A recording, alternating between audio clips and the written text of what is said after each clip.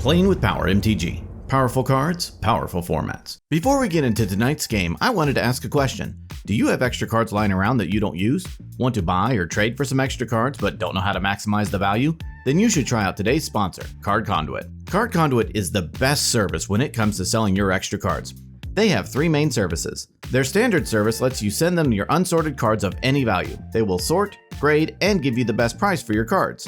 Their curated service is similar. Send them your unsorted cards worth over $1 in value. They will charge half the fee of the standard service and charge no fee per card. Their sorted service is a great value as well. Choose cards in advance with their selection tool, send them sorted to Card Conduit, and they will grade and buy list them automatically. Save yourself the time of having to send to multiple sites and let Card Conduit do it instead.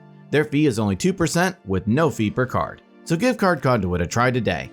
If you sign up with my link in the description below or use the promo code POWER, you will also get 10% off of their fees when you use their service. A big thanks to Card Conduit for sponsoring today's video. Welcome to the definitive CEDH compilation of Rograkh, son of Rograkh, and Silas, Seeker Adept. This is a turbo deck that leverages its 0-mana commander to allow powerful early game plays. It then uses powerful spells like Ad Nauseam and Necropotence to draw tons of cards. It finishes it off with classic win cons like Thassa's Oracle and Underworld Breach. This deck will always be the one to watch at the tables due to its speed and consistency. When piloting this deck, be prepared to go fast. These games were recorded before the bans, so enjoy a bit of how it was and pour one out for our fallen comrades. Drake had the best Etch-a-Sketch portrait and gets to start us off. Drake draws a card for turn and starts off by casting his commander, Rograkh, son of Rograkh. He plays a Phyrexian Tower for turn. He casts a Lotus Petal. He casts a Mana Crypt. He casts a Mana Vault. He activates Phyrexian Tower, sacrificing Rograkh, adding 2 black. He sacks his Lotus Petal to help cast Necropotence. He activates Necropotence 15 times, paying 15 life, exiling 15 cards. He moves to his end step and puts the Necro cards into his hand. He passes, discarding to hand size, exiling the discarded cards. Zach draws a card for turn and plays a Snow-Covered Forest. He casts a Jeweled Lotus. He sacks it to help cast his commander, Zavala, Heart of the Wilds. Zach passes. Chad draws and plays a Kalani Garden into play tapped. Garden enters and Chad creates a 0-1 plant. Chad ends his turn. Jordan draws and plays a Windswept Teeth. He casts a Jeweled Lotus. Jordan ships it over to Drake. During his upkeep, Drake wins his Mana Crypt flip. He skips his draw step due to Necropotence. In his main phase, he plays a Polluted Delta. He cracks it, pays a life, and fetches up a Volcanic Island onto the battlefield. He recasts his commander, Rograkh. He casts Mox Amber. He casts a Mox Opal. He casts Last Chance, getting an extra turn. He casts Arcane Signet. He activates Necropotence 16 times, paying 16 life, exiling 16 cards. He moves to his end step, putting the Necro cards into his hand. He passes, discarding to hand size, exiling the discarded cards. Drake moves to his extra turn. During his upkeep, Drake loses his Mana Crypt flip and takes 3 damage. He skips his draw step due to Necropotence. He plays an Underground Sea for turn. He activates Phyrexian Tower, sacrificing Rograkh, adding 2 black. He casts Tainted Pact. Drake exiles, and exiles, until he finally finds Thassa's Oracle, which is only 2 cards from the bottom, putting it into his hand. He casts Thassa's Oracle. In response, Jordan cracks his Windswept Teeth, pays a life, and fetches up a Breeding Pool into play untapped, paying 2 life. He casts Veil of Summer to try and draw a card. In response, Drake casts Swan Song, targeting Veil. Veil is countered, and Jordan creates a 2/2 bird. Oracle resolves, triggers, and with only 2 cards left in his library, Drake wins the game. Chad wins the Best Cupid Shuffle contest and gets to start us off. But Hire has the pre-game action, putting Gemstone Caverns onto the battlefield, exiling a Brainstorm. Chad draws a card for turn and plays a Polluted Delta. He casts a Lion's Eye Diamond. He passes. At the end of Chad's turn, Hire casts a turn 0 Vampiric Tutor. He fetches up a card onto the top of his library and loses 2 life. Hire draws and casts a Mana Crypt. He casts a turn 1 Time Twister. In response, Ashani casts Force of Negation, exiling Force of Will, countering and exiling Time Twister. Plans completely blown out, Hire ships the turn to Ashani. Ashani draws and plays a Badlands. He casts a Mox Diamond, discarding an Arid Mesa. He casts an Arcane Signet. He casts a turn 1 Mystic Remora. He casts his commander, Rograkh, son of Rograkh. He ends the turn. Alex draws and plays a Mana Confluence. He taps it to help cast Mother of Runes. Alex gives the turn to Chad. At the end of Alex's turn, Chad cracks his Polluted Delta, pays a life, and fetches up a Godless Shrine onto the battlefield tapped. Chad draws and plays a Scrubland. He casts an Unmarked Grave. Remora triggers and Ashani draws. Then Chad fetches up an Animate Dead into his graveyard. He sacrifices his Lion's Eye Diamond, discards his hand, and adds 3 black. He casts his commander, Lurrus of the Dream Den. He casts LED from his graveyard through Lurrus. Remora triggers and Ashani draws. Chad passes. During his upkeep, Hire loses his Mana Crypt roll and takes 3 damage. He draws and taps his Mana Crypt to help cast Talisman of Creativity, triggering Remora and Ashani drawing a card. Hire taps his Talisman to help cast one of his commanders, Thrasios Triton Hero. He passes. During Ashani's upkeep, he pays for his Remora. He draws and plays a Gemstone Caverns. He casts a Soul Ring. He ends the turn. Alex draws and plays a City of Brass. He taps his Mana Confluence to cast Pithing Needle. Remora triggers and Ashani draws. Pithing Needle enters and Alex names Rograkh the Foul-Blooded. He taps his City of Brass to help cast Deafening Silence. Remora triggers and Ashani draws again. Alex ships the turn. Chad draws and plays an Arid Mesa. He sacrifices his LED, discards his hand, and adds 3 black. He casts Animate Dead through Lurrus, targeting Rograkh. Remora triggers and, in response, Chad cracks his Arid Mesa, pays a life, and fetches up a Plains onto the battlefield. Remora's trigger resolves, and Chad pays for it. Then Animate Dead resolves, returning Rograkh to the battlefield. Chad moves to combat, attacking Ashani with Lurrus. Ashani takes the hit, and Chad passes. During Hire's upkeep, he wins his Mana Crypt roll. He draws and casts a Grim Monolith. Remora triggers, and Ashani draws. Hire moves to combat and attacks Ashani with Thrasios. Ashani takes the hit, and Hire ships the turn.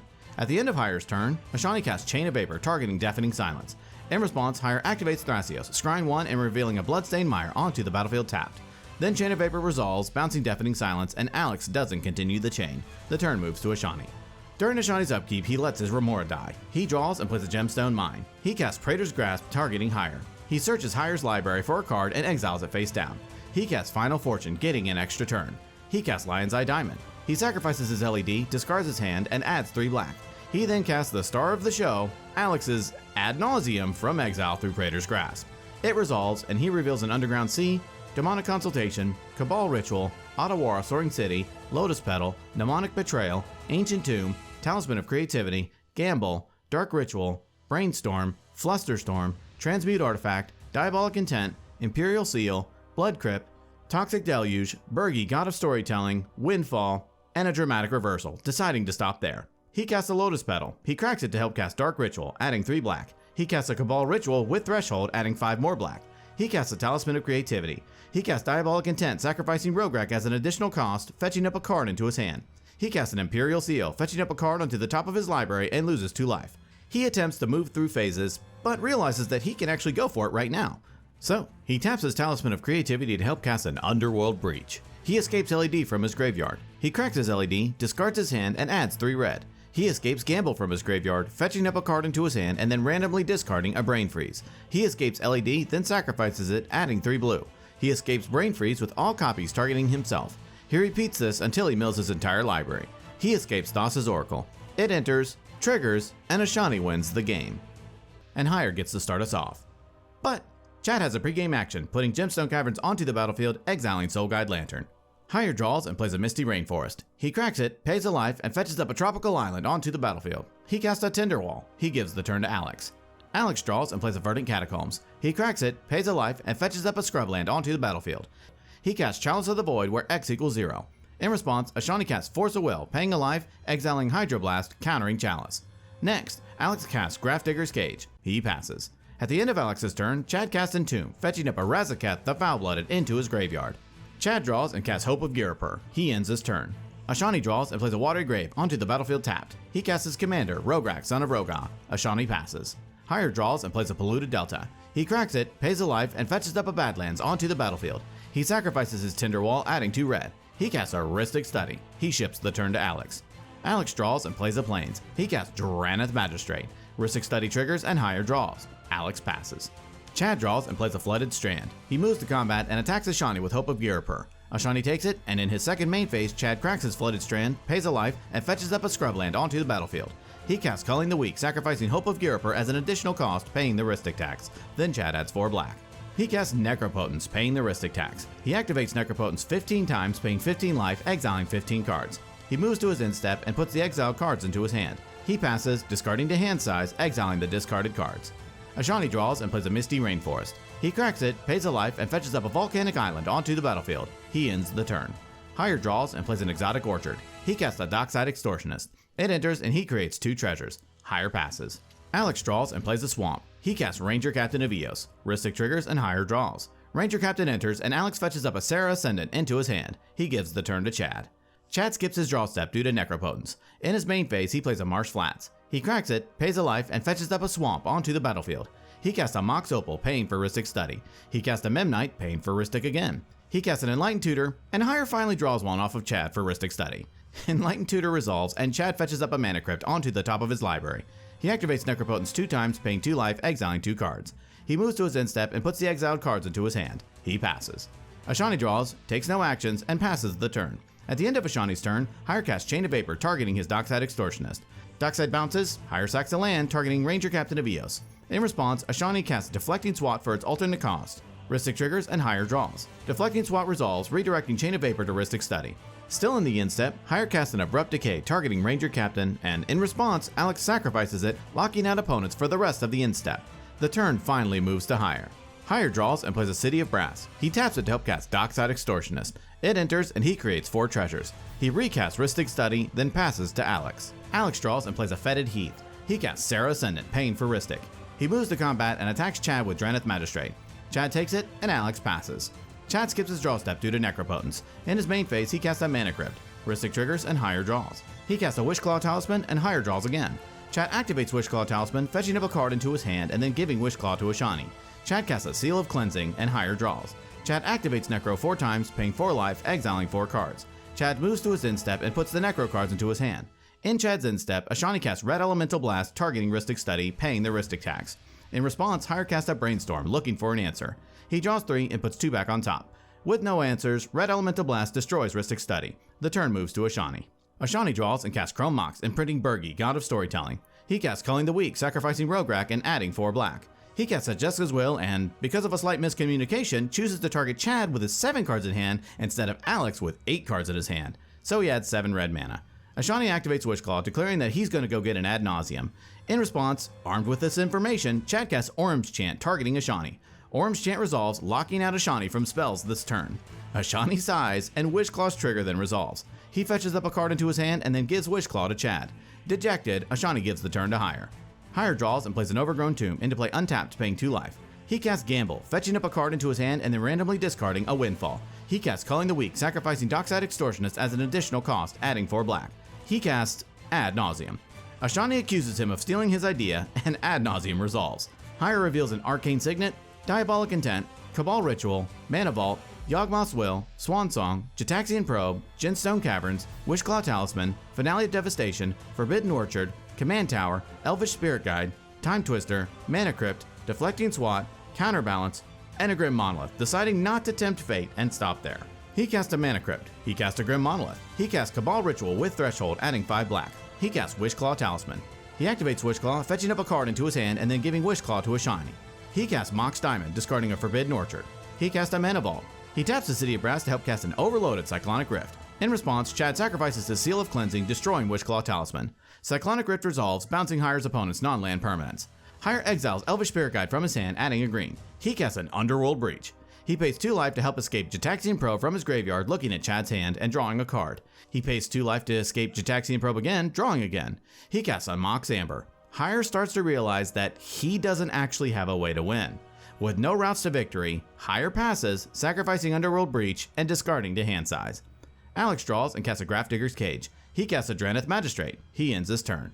Chad draws and casts a Mana Crypt. He follows it up with a Mox Opal. He casts a Memnite. He casts a Grim Monolith. He casts a Wishclaw Talisman as Ashani finally remembers to return that Chrome Mox back to his hand from the Cyclonic Rift. Chad activates Wishclaw Talisman, fetching up a card into his hand and giving the talisman to Hire. He casts Leonin Relic Warder. It enters and exiles Grafdigger's Cage. He casts Dance of the Dead, reanimating Razaketh the Foul-Blooded to the battlefield. He activates Razaketh, paying 2 life, sacrificing Memnite, and fetching up a card into his hand. He casts Lion's Eye Diamond. He cracks Lion's Eye Diamond, discards his hand, and adds 3 white. He activates Razaketh, paying 2 life, and sacrificing Leonin Relic Warder. Relic Warder triggers, and Alex returns Grafdigger's Cage to the battlefield. Then Chad fetches up a card into his hand. He casts Doom Traveler. He activates Razaketh, paying 2 life, sacrificing Doom Traveler. Traveler triggers, and Chad creates a 1/1 Spirit. He fetches up another card into his hand. He decides 3 tutors isn't enough and activates Razaketh again, paying 2 life, sacrificing the Spirit, and fetching up a card into his hand. He casts Swords to Plowshares, exiling Draneth Magistrate, and Alex gains a life. He casts a Jeweled Lotus. He cracks Jeweled Lotus to help cast his commander, Lurrus of the Dream Den. All finished up, he ships the turn to Ashani. Ashani draws and plays an Otawara Soaring City as his land for turn. He casts Wheel of Fortune. In response, Alex casts Angel's Grace. Wheel of Fortune resolves, and everyone discards their hand and draws 7. Ashani casts Lion's Eye Diamond. Not feeling very graceful, he passes the turn. During his upkeep, the Fate of Hire is put into his Mana Crypt roll. He rolls and loses. Hire dies, and the turn moves to Alex. Alex draws and plays an Arid Mesa. He cracks it, pays a life, and fetches up a Godless Shrine into play untapped, paying 2 life. He casts a Weathered Runestone. He casts Kumbal, Console of Allocation. He passes. During Chad's upkeep, Dance of the Dead triggers and Chad pays to untap Rograkh. He then loses his Mana Crypt trigger and takes 3 damage. He draws and casts Serra Ascendant. He casts Phyrexian Tower as his land for turn. He taps it, sacrificing Serra Ascendant and adding 2 black. He casts Dauthi Voidwalker. He casts a Drannith Magistrate.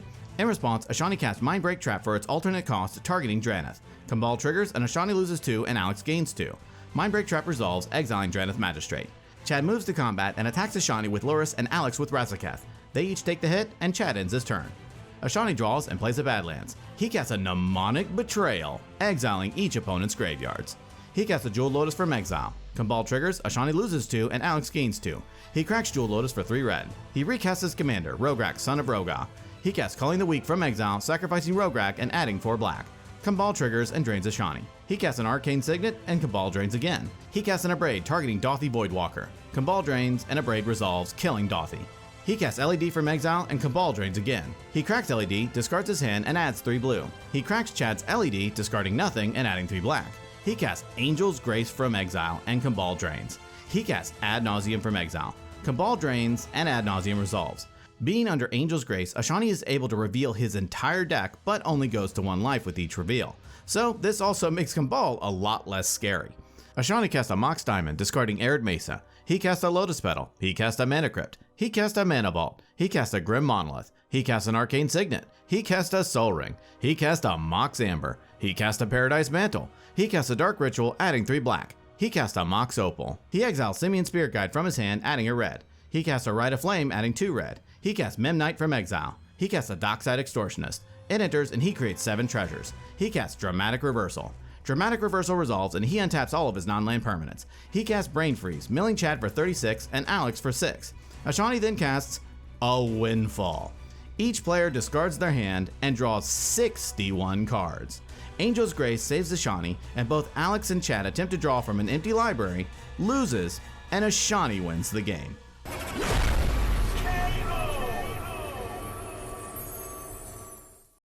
And Ashani gets to start us off.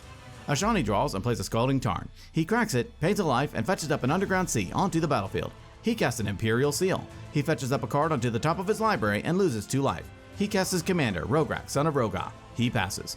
Cruz draws, plays a Bloodstained Mire, and passes. Drake draws and plays a Snow-Covered Mountain. He casts Chrome Mox, imprinting Shatter Skull Smashing. He casts Pyretic Ritual, adding 3 red. He casts Mox Opal. He casts Wheel of Fortune. In response, Cruz cracks his Bloodstained Mire, pays a life, and fetches up a Scrubland onto the battlefield. Then each player discards their hand and draws 7. Drake ends his turn. Brandon draws and plays a Misty Rainforest. He cracks it, pays a life, and fetches up an Underground Sea onto the battlefield. He casts a Jeweled Lotus. He ships the turn to Ashani. Ashani draws and plays a City of Traders. He exiles Simian Spirit Guide from his hand, adding a red. He casts Underworld Breach. He casts a Paradise Mantle. He casts a Soul Ring. He equips the mantle to Roger. He taps Roger for a red and escapes Gamble. He fetches up a card into his hand and then randomly discards a Hydro Blast. He casts Lion's Eye Diamond. He cracks the diamond, discards his hand, and adds 3 red. He escapes Gamble again. He fetches up a card into his hand and then randomly discards a Brain Freeze. He escapes Brain Freeze with all copies targeting himself. He mills 21 cards. He then demonstrates a loop of escaping LED and Brain Freeze to mill his library and adding blue. He escapes Thassa's Oracle. Oracle enters, triggers, and Ashani wins the game. And Drake gets to start us off. Drake draws and plays a City of Traders. He exiles Simian Spirit Guide from his hand, adding a red. He casts his commander, Bergi, God of Storytelling. He ships the turn to Ashani. Ashani draws and plays a Polluted Delta. He cracks it, pays a life, and fetches up a Volcanic Island onto the battlefield. He casts Ragavan, Nimble Pilferer. He casts his commander, Rograkh, son of Rograkh. He passes. Cruz draws and plays a Savannah. With no other actions, he ends his turn. Brandon draws and plays a Command Tower. He casts a Mana Crypt. He pays 2 life to cast Jataxian Probe, targeting Ashani. He looks at Ashani's hand and draws a card. He casts a Rhystic Study. In response, Ashani casts Deadly Relic for its alternate cost, targeting Bergi. Bergi is exiled and Rhystic Study resolves. Brandon gives the turn to Drake. Drake draws and floats mana through his City of Traders. He plays a Snow-Covered Mountain. City of Traders triggers and sacrifices itself. He casts Grim Monolith. Rhystic Study triggers and Brandon draws. He casts Wheel of Misfortune and Brandon draws again. Wheel resolves, Drake and Cruz secretly choose 3, Ashani chooses 0, and Brandon chooses 5. Drake, Cruz, and Brandon discard their hands and draw 7, and Brandon takes 5 damage. With no other actions, Drake passes the turn. Ashani draws and moves to combat. He attacks Brandon with Ragavan.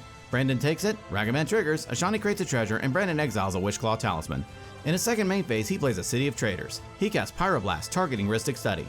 Brandon draws through Study, and in response, he pays 2 life to cast Mental Misstep, countering Pyroblast. Ashani casts a Rhystic Study of his own, and Brandon draws again. Study resolves, and Ashani ends his turn.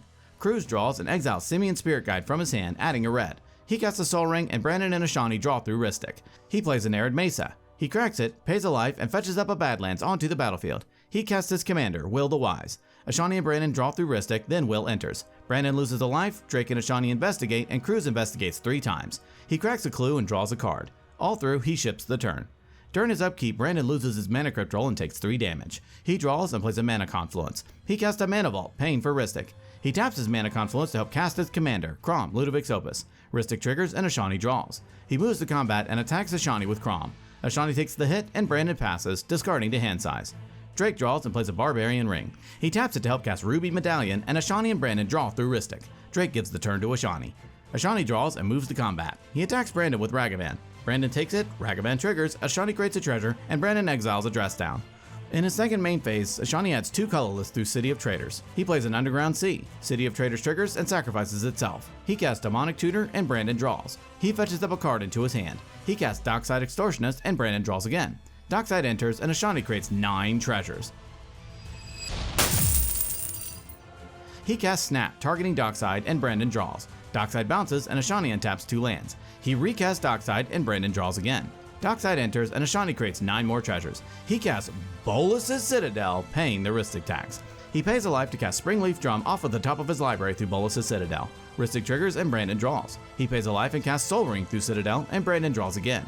He casts Paradise Mantle through Citadel, and Brandon draws.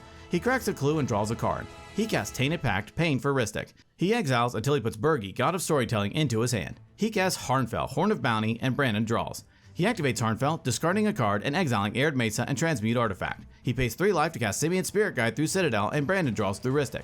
He activates Harnfell, discarding a card and exiling Mana Confluence and Flooded Strand. He pays 3 life to cast Praetor's Grasp through Citadel, targeting Brandon. Rhystic triggers, and Brandon draws. Ashani then fetches up a card into exile face down. He casts Enlightened Tutor through Praetor's Grasp, and Brandon draws. He fetches up a Necropotence onto the top of his library. He pays 3 life to cast Necropotence through Citadel, and Brandon draws. He activates Necropotence 3 times, paying 3 life and exiling 3 cards. He pays 3 life to cast Windfall through Bolus's Citadel. Rhystic triggers, and in response, Ashani activates Necro 3 times, paying 3 life and exiling 3 cards. Rhystic triggers resolves, and Brandon draws. Then Windfall resolves, and everyone discards their hand and draws 22 cards. He casts a Mox Amber, and Brandon draws. He casts a Lotus Petal, and Brandon draws again. He casts a Mana Vault, and Brandon draws. He casts a Defense Grid, and Brandon draws through Rhystic. In response, Brandon casts Fierce Guardianship for its alternate cost, targeting Defense Grid, and Ashani draws through Rhystic. In response, Ashani casts a Force of Will for its alternate cost, paying a life and exiling a blue card, targeting Fierce Guardianship. Brandon draws, and in response, he casts a Force of Will of his own for its alternate cost, paying a life and exiling a blue card, targeting Ashani's Force of Will. Rhystic triggers, and Ashani draws. Then Force counters Force. In response to Fierce Guardianship, Ashani activates Harnfell, discarding a card and exiling Steam Vents and Toxic Deluge. He casts a Dispel, targeting Fierce Guardianship, and Brandon draws through Rhystic. With no other answers, Dispel counters Fierce, and Defense Grid finally resolves. He equips Paradise Mantle to Rograkh. He casts a Mox Opal, and Brandon draws a card. He casts Dramatic Versal, and Brandon draws again. Then Ashani then taps his non-land permanents. He casts Chain of Vapor, targeting his own Dockside, and Brandon draws a card. Dockside bounces, and he doesn't continue the chain. He recasts Dockside, and Brandon draws a card. Dockside resolves, and Ashani creates 9 treasures. He casts Imperial Seal, and Brandon draws through Rhystic. He fetches up a card onto the top of his library and loses 2 life. He pays 2 life to cast Thassa's Oracle through Citadel. Rhystic triggers, and Brandon draws. Oracle resolves, and in response, Ashani casts Demonic Consultation. Brandon draws, Consult resolves, and Ashani names You Are Already Dead, exiling his library. Oracle's trigger resolves, and Ashani wins the game.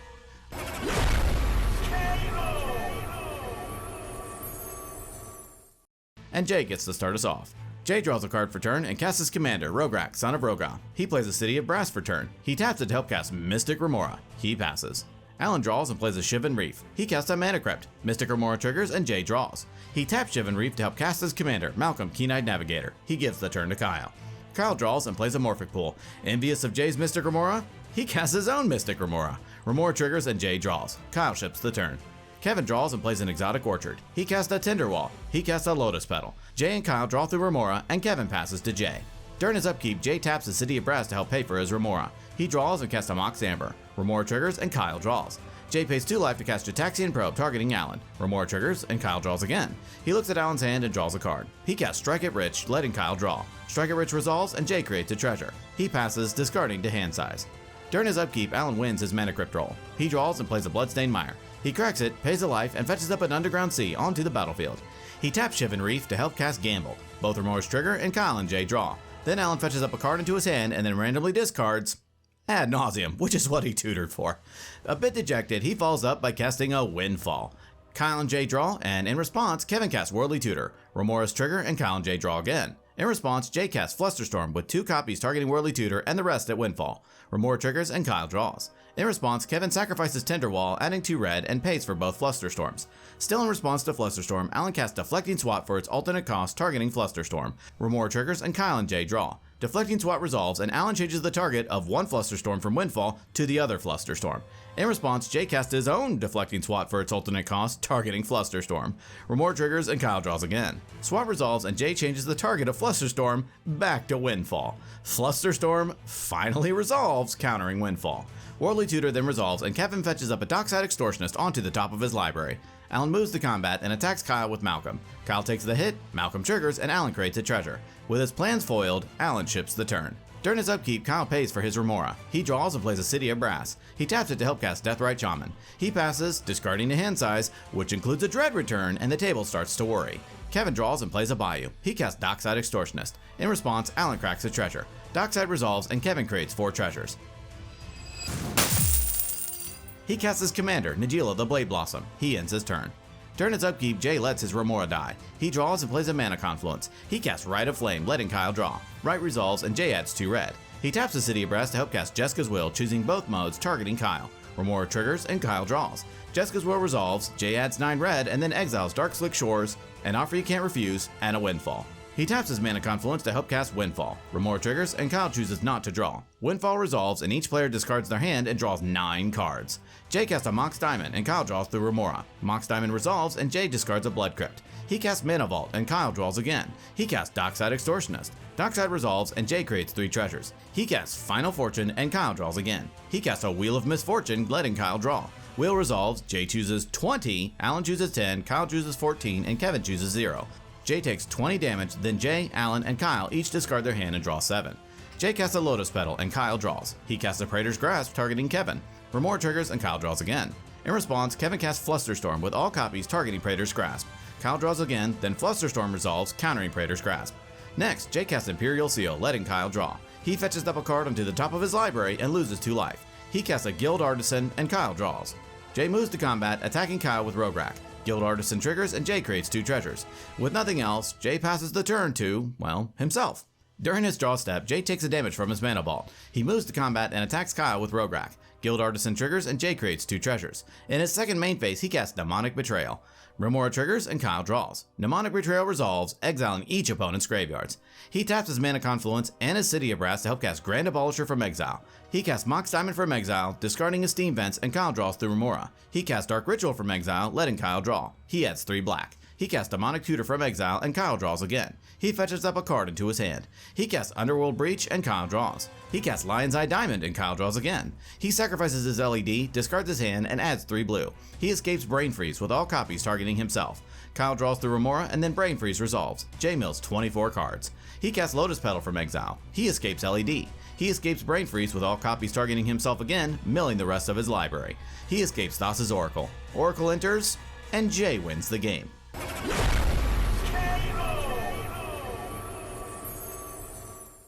And Emma gets to start us off. Emma draws and plays a Plains. She casts Sigarda's Aid. She passes. Alana draws and plays a Mana Confluence. She taps Mana Confluence to cast Mystic Remora. She casts her commander, Rograkh, son of Rograkh. She ends her turn.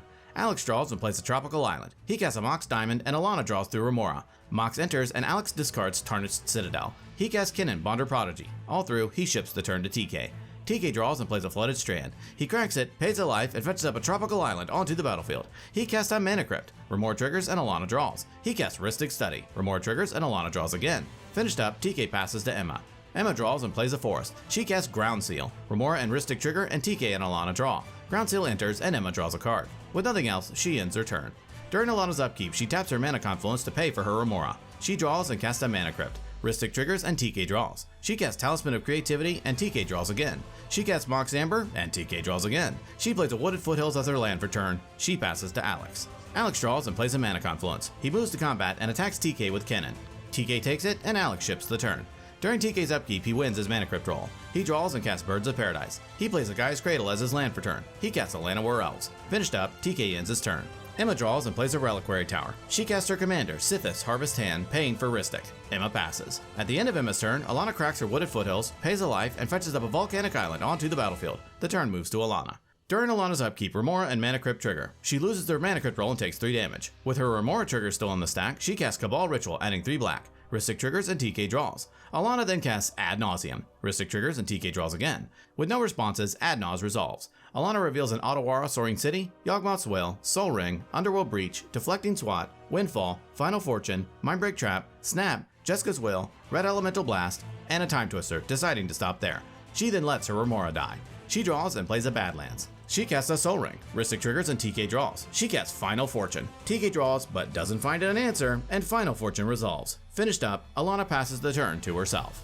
During her upkeep, Alana wins her Mana Crypt roll. She draws and plays a Verdant Catacombs. She cracks it, pays a life, and fetches up an Underground Sea onto the battlefield. She channels Otawara Soaring City, bouncing Rhystic back to TK's hand. Now completely uninhibited, Alana casts Jessica's Will, choosing both modes, targeting TK. She adds 12 red and exiles Demonic Tutor, Mox Opal, and Gemstone Caverns off at the top of her library. She casts Mox Opal. She casts Demonic Tutor, fetching up a card into her hand. She casts Defense Grid. She casts Underworld Breach. She escapes Orcish Bowmasters. It enters, kills Birds of Paradise, and Alana amasses 1. She escapes Demonic Tutor, fetching up another card into her hand. She escapes Jessica's Will, again targeting TK. She adds 12 red and exiles Flooded Strand, Dark Ritual, and the One Ring off at the top of her library. She casts Wheel of Fortune.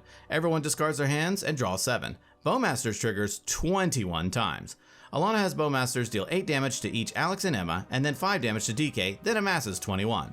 Alana escapes Wheel of Fortune. Everyone discards their hands and draws 7 again. Bowmasters triggers 21 times again. Alana has Bowmasters deal 7 damage to each of her opponents and then amasses 21. She escapes Wheel of Fortune again. Everyone discards their hands, draws 7. Bowmasters triggers 21 times. Each of Alana's opponents takes 7 damage and then she amasses 21. Alana escapes Jessica's Will, targeting TK. She adds 7 red and then exiles Ragavan, Nimble Pilfer, Necropotence, and Chain of Vapor off of the top of her library. Now, with enough mana, Alana escapes Wheel of Fortune 3 more times, has Bowmasters ping each of her opponents for 7 each time, kills them, and Alana wins the game.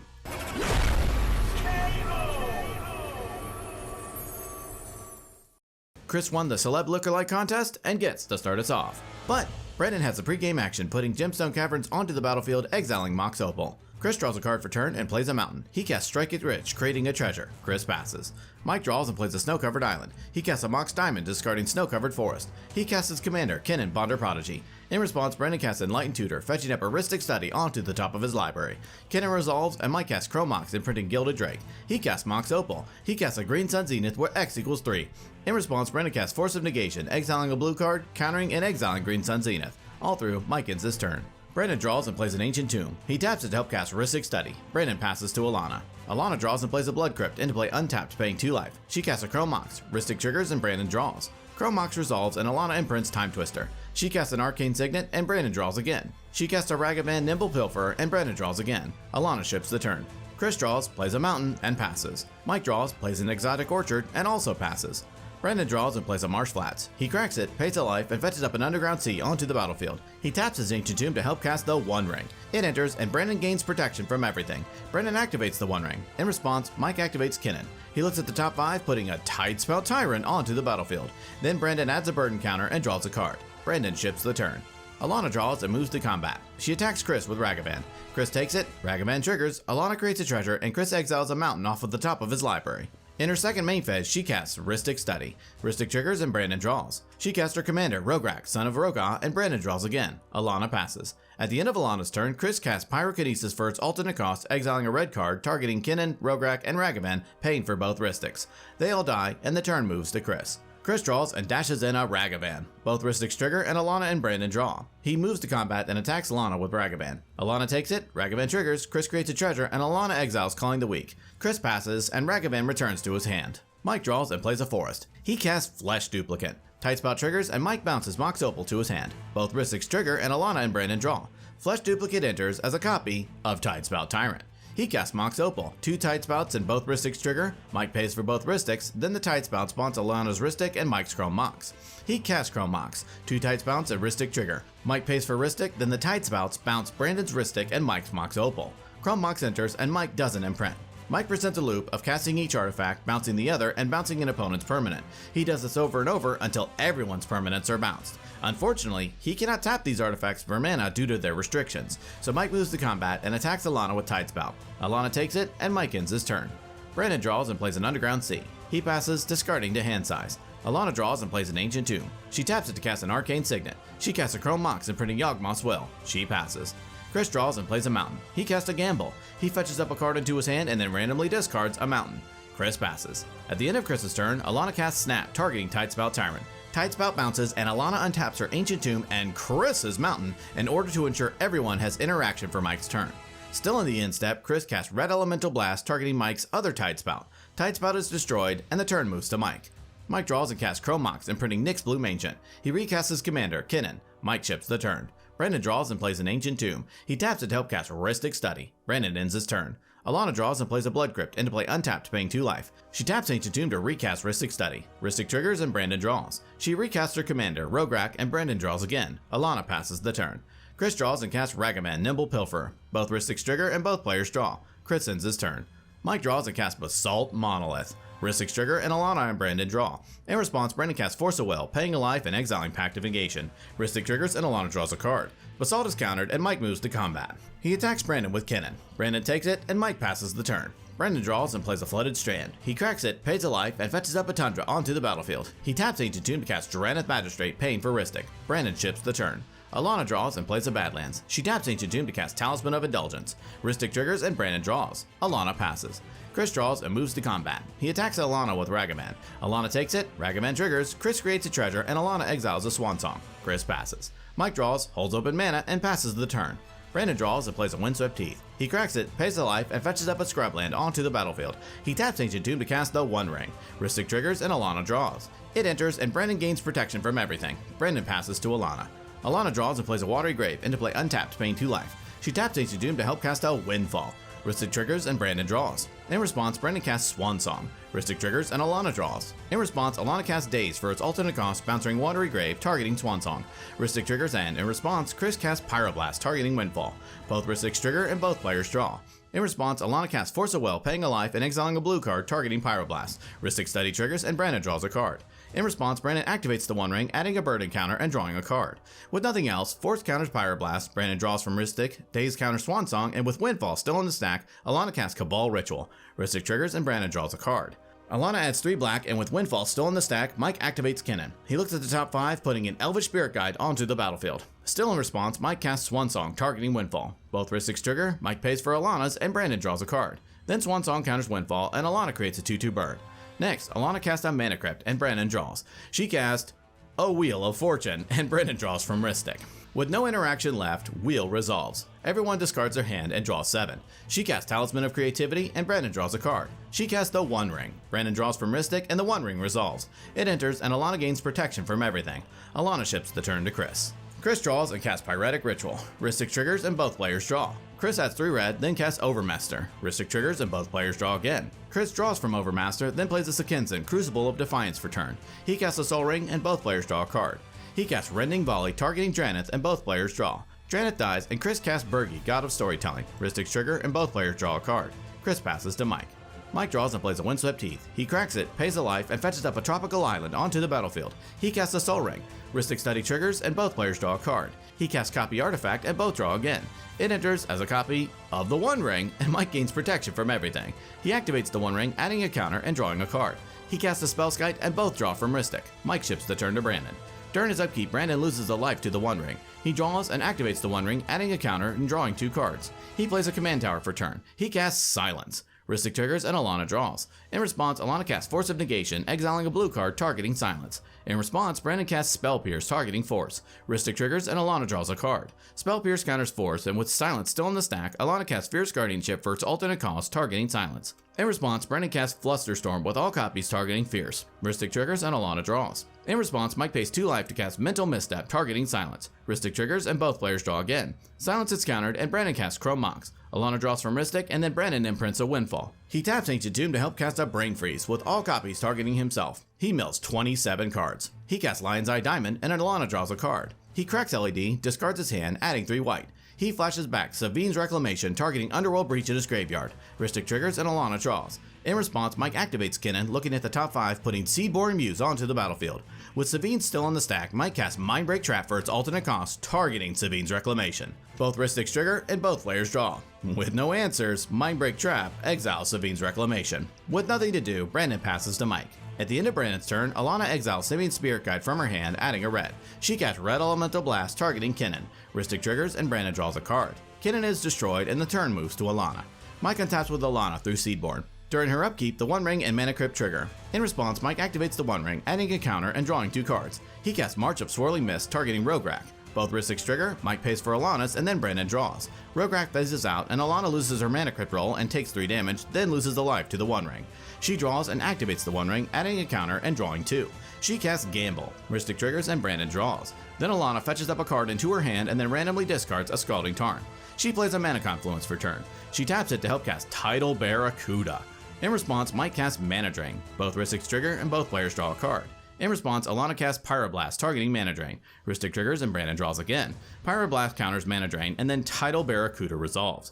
Next, she casts a Mana Vault. She casts a Grim Monolith. She casts a Springleaf Drum. She taps her Talisman to cast Rite of Flame, adding 2 red. She taps her other Talisman to cast Praetor's Grasp targeting Mike, which she isn't supposed to do because Mike has protection from everything from the One Ring. The table missed it, but magic is hard. Anyway, Alana fetches up a card from Mike's library into exile, face down. She casts the card, which is a Mana Crypt. She casts Vampiric Tutor. She fetches up a card into the top of her library and loses 2 life. She casts Jeska's Will. She exiles LED and 2 lands off of the top of her library. She casts Underworld Breach. She casts LED from exile. She cracks it, discards her hand, and adds 3 red. She escapes Gamble, fetching up a Brain Freeze into her graveyard since she has no cards in hand. She escapes LED, cracks it for 3 blue, then escapes Brain Freeze with all copies targeting herself. She does this over and over, milling her library. She escapes Thassa's Oracle. Oracle enters, and Alana wins the game.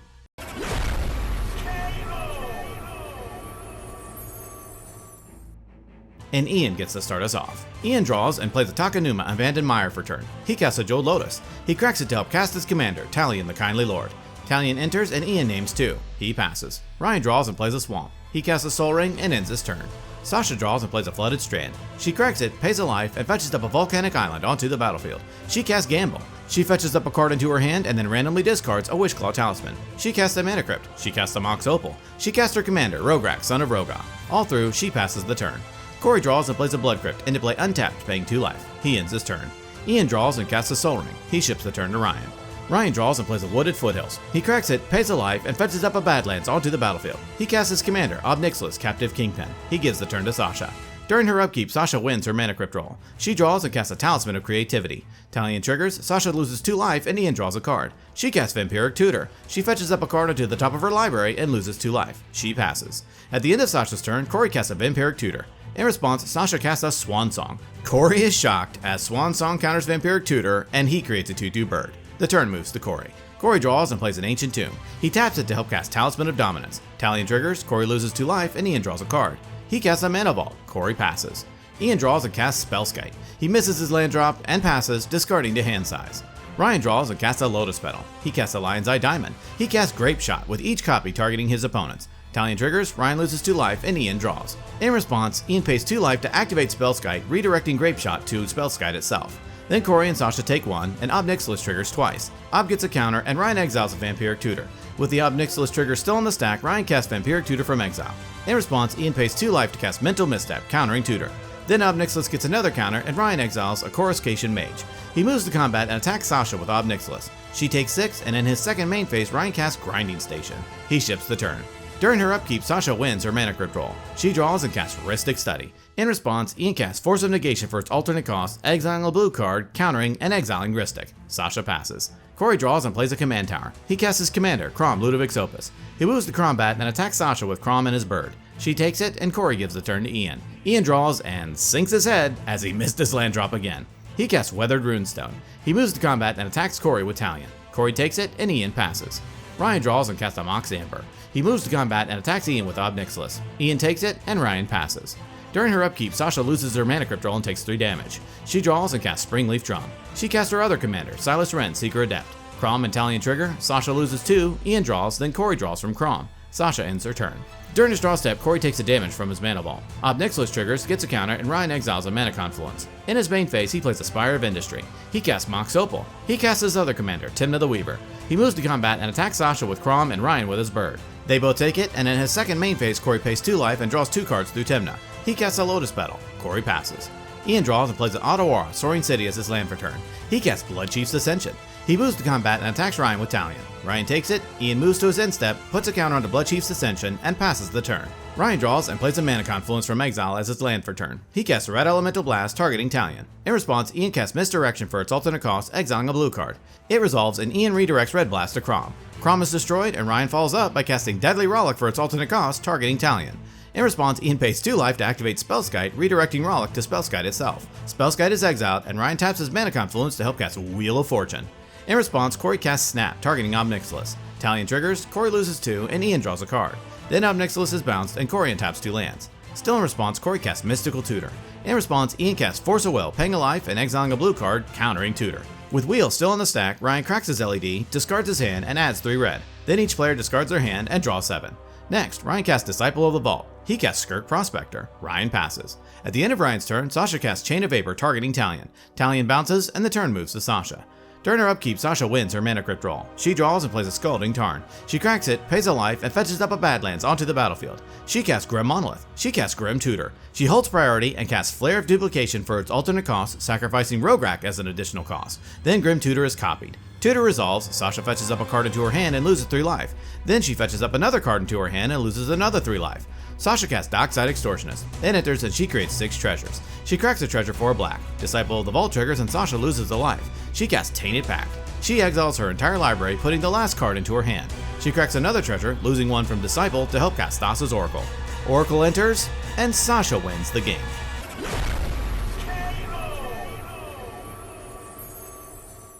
And Zach gets to start us off. But Chad and Drake have pre-game actions. Chad puts the Gemstone Caverns onto the battlefield, exiling Beseiju, who endures. Drake also puts the Gemstone Caverns onto the battlefield, exiling Deadly Rollick. Zach draws and plays a Snow-Covered Forest. He casts a Birds of Paradise and passes the turn. Chad draws and plays a Hallowed Fountain into play untapped, paying 2 life. He casts an Esper Sentinel. In response, Drake casts a Mystical Tutor. He fetches up a Yawgmoth's Will onto the top of his library. Then Esper Sentinel resolves. Chad passes. Jordan draws, plays a Rejuvenating Springs, and passes. At the end of Jordan's turn, Chad pays 2 life to cast Noxious Revival, putting Drake's Mystical Tutor onto the top of his library, completely wrecking Drake's tempo. The turn moves to Drake. Drake draws and plays a Phyrexian Tower. He casts his commander, Rograkh, son of Rograkh. He casts a Lion's Eye Diamond. Esper Sentinel triggers and Chad draws. Drake activates Phyrexian Tower, sacrificing Rograkh, adding 2 black. He casts Time Twister. In response, Jordan casts an Offer You Can't Refuse. Esper Sentinel triggers and Chad draws. In response, really wanting the wheel to resolve, Chad casts Swan Song, targeting Jordan's offer. In response, Drake sacrifices his Lion's Eye Diamond, discards his hand, adding 3 black. Then Swan Song counters offer, and Jordan creates a 2/2 bird. Then Time Twister resolves, and everyone shuffles their hand and graveyard into their library and draws 7. Next, Drake casts Springleaf Drum.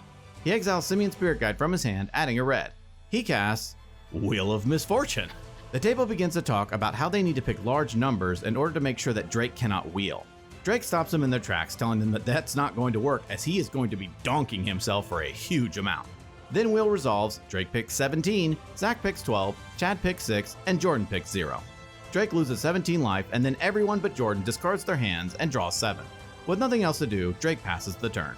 Zach draws and plays a Snow-Covered Forest. He casts Wild Growth. Esper triggers and Chad draws. Zach casts Jeweled Lotus. He cracks his Lotus to cast his commander, Selvala, Heart of the Wilds. He casts Relic Golem. It enters, Selvala triggers, and Zach draws. Zach ends his turn. Chad draws and plays a Misty Rainforest. He cracks it, pays a life, and fetches up a tropical island onto the battlefield. He casts a Mana Crypt. He casts Rashmi, Eternity's Crafter. Somewhere in the universe, Cal smiles as Chad moves to combat. He attacks Drake with Esper Sentinel. Drake takes it, and Chad ships the turn. Jordan draws and moves to combat. He attacks Drake with his bird. Drake takes it, and in his second main phase, Jordan plays an Otawara Soaring City as his land for turn. Jordan passes. Drake draws and casts Chrome Mox. Esper triggers, and in response, Chad pays 2 life to cast Noxious Revival, targeting Swords to Plowshares in his graveyard. Rashmi triggers, and Chad reveals a Tundra into his hand. Then Noxious resolves, putting Swords on top of his library. Then Esper's trigger resolves, and Chad draws. Then Chrome Mox resolves, and Drake imprints Daze. Next, Drake plays an Otawara Soaring City as his land for turn. He casts his commander, Rograkh, son of Rograkh. He casts Wishclaw Talisman. Drake ends his turn. During Zach's upkeep, Chad casts Swords to Plowshares, targeting Selvala. Rashmi triggers, and Chad reveals a Malevolent Herman into his hand. In response, Zach activates Selvala, adding 6 green. He casts Shared Summons. Esper triggers, and Zach pays.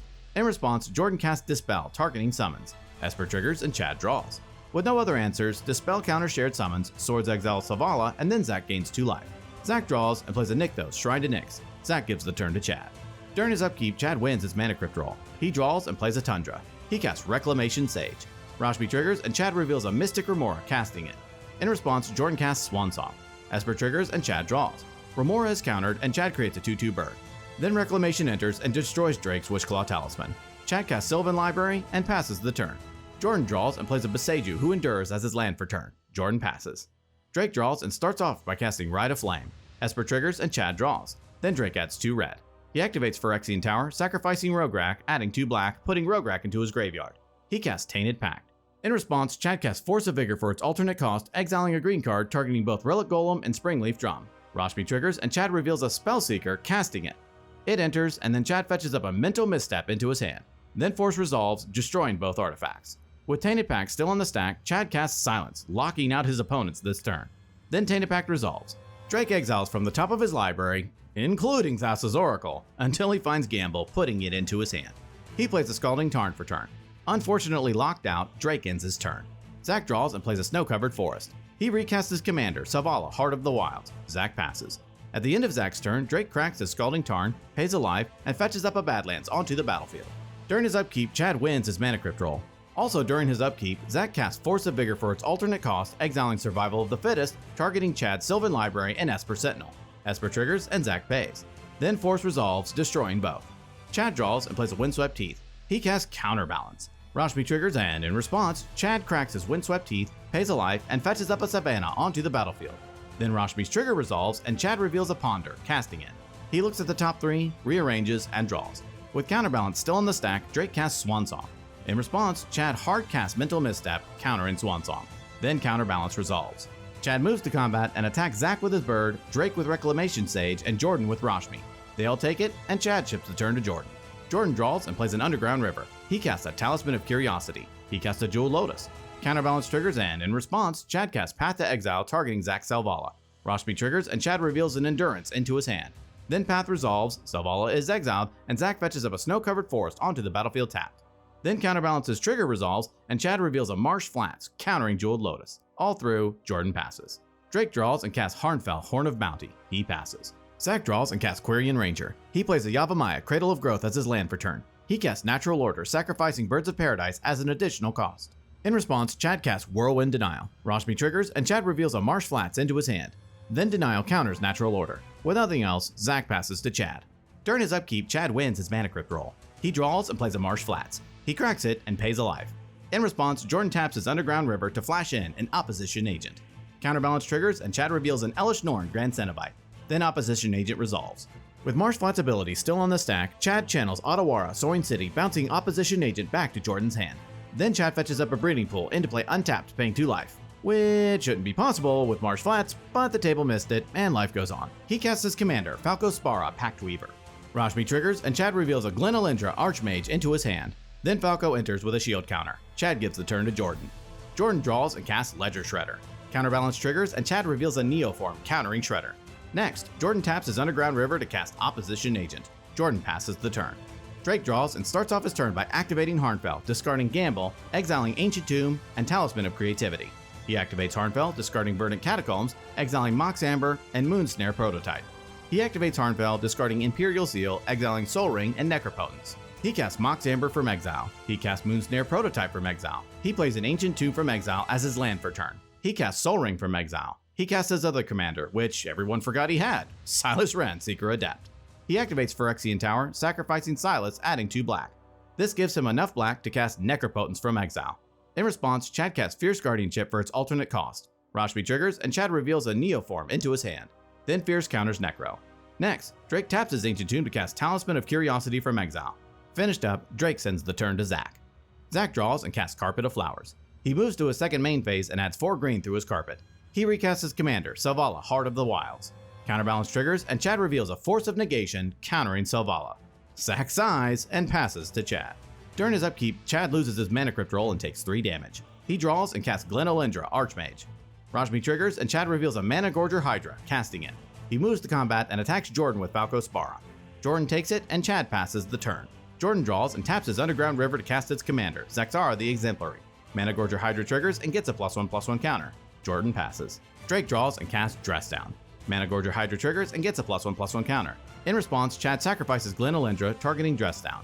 Glen Elendra triggers, and Chad returns it to the battlefield with a -1/-1 counter. Then Dress Down is countered. Next, Drake casts his commander, Silas Wren. Mana Gorger Hydra triggers and gets a +1/+1 counter. Drake passes the turn to Zach. Zach draws, and in his first main phase, he has 4 green through his carpet. He casts, to the surprise of no one, his commander, Selvala, Heart of the Wilds. Mana Gorger triggers and gets a counter. Counterbalance triggers, and in response, Chad looks at the top card of his library through Falco Spara. He casts Turn the Earth from the top of his library through Falco Spara, removing a -1/-1 counter from Glen Elendra. Rashmi and Mana Gorger trigger. Mana Gorger gets a counter, and then Chad reveals a Bountiful Promenade into his hand through Rashmi. Then Turn the Earth resolves, Chad shuffles Path to Exile, Swords to Plowshares, and Cyclonic Rift from his graveyard into his library and gains 2 life. He then chooses not to reveal through Counterbalance, and Selvala finally resolves. Next, Zach activates Quirion Ranger, bouncing one of his tapped forests, targeting Selvala even though it's untapped. He plays his freshly bounced snow-covered forest for turn. He casts Sylvan Library. Mana Gorger gets a counter, and then Counterbalance triggers. Chad reveals a Hermit Druid, countering Sylvan Library. With nothing else, Zach passes to Chad. During his upkeep, Chad wins his Mana Crypt roll. He draws and pays 2 life to cast Gitaxian Pro from the top of his library through Falco, removing a counter from Mana Gorger Hydra, targeting Jordan. Hydra triggers and gets a counter. He looks at Jordan's hand and draws a card. He casts Hermit Druid, and Hydra gets a counter again. He plays a Bountiful Promenade for turn. Chad sends the turn to Jordan. Jordan draws and casts Finale of Devastation, where X equals 2. Zaxara and Mana Gorger trigger. Mana Gorger Hydra gets a counter, and then Jordan creates a Hydra token. In response to Finale, Chad activates Glen Elendra, sacking it, countering Finale. Glen Elendra triggers and returns it to the battlefield with a -1/-1 counter. Next, Jordan casts Pemen's Aura, targeting Zaxara. This is game over for the table, so everyone looks to Chad for an answer. Hydra triggers and gets a counter. Chad looks at the top card of his library through Falco. Then Chad responds by casting Nature's Claim through Falco, removing a counter from Glen Elendra, targeting Drake's Harnfell, Horn of Bounty. Then Harnfell is destroyed and Drake gains 4 life. With Aura still on the stack, Chad activates Glen Elendra, sacking it, countering Pemen's Aura. Then Glen Elendra triggers and returns to the battlefield with a -1/-1 counter. With nothing else, Jordan passes to Drake. Drake draws and moves to combat. He attacks Zach with Silas Wren. Zach takes it, and in his second main phase, Drake casts Wishclaw Talisman from his graveyard through Silas. Counterbalance triggers, and Chad reveals an Eladamri's Call, countering Wishclaw. Drake ships it over to Zach. Zach draws, takes no actions, and passes. During his upkeep, Chad loses his Mana Crypt roll and takes 3 damage. He draws and activates Hermit Druid. He mills his entire library since he has no basic lands. He flashes back Turn the Earth, shuffling Thassa's Oracle into his library. He casts Thassa's Oracle through Falco, removing a counter from Glen Elendra. Oracle enters, and Chad wins the game.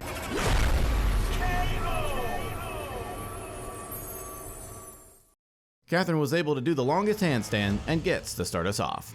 But Jay has a pregame action, putting Gemstone Caverns onto the battlefield, exiling a Windfall. Catherine draws a card for turn and plays a Mana Confluence. She casts her commander, Rograkh, son of Rograkh. She taps her Mana Confluence to cast an Imperial Seal. She fetches up a card onto the top of her library and loses 2 life. She passes the turn. At the end of Catherine's turn, Jay casts Demonic Consultation, naming Drannith Magistrate as it resolves.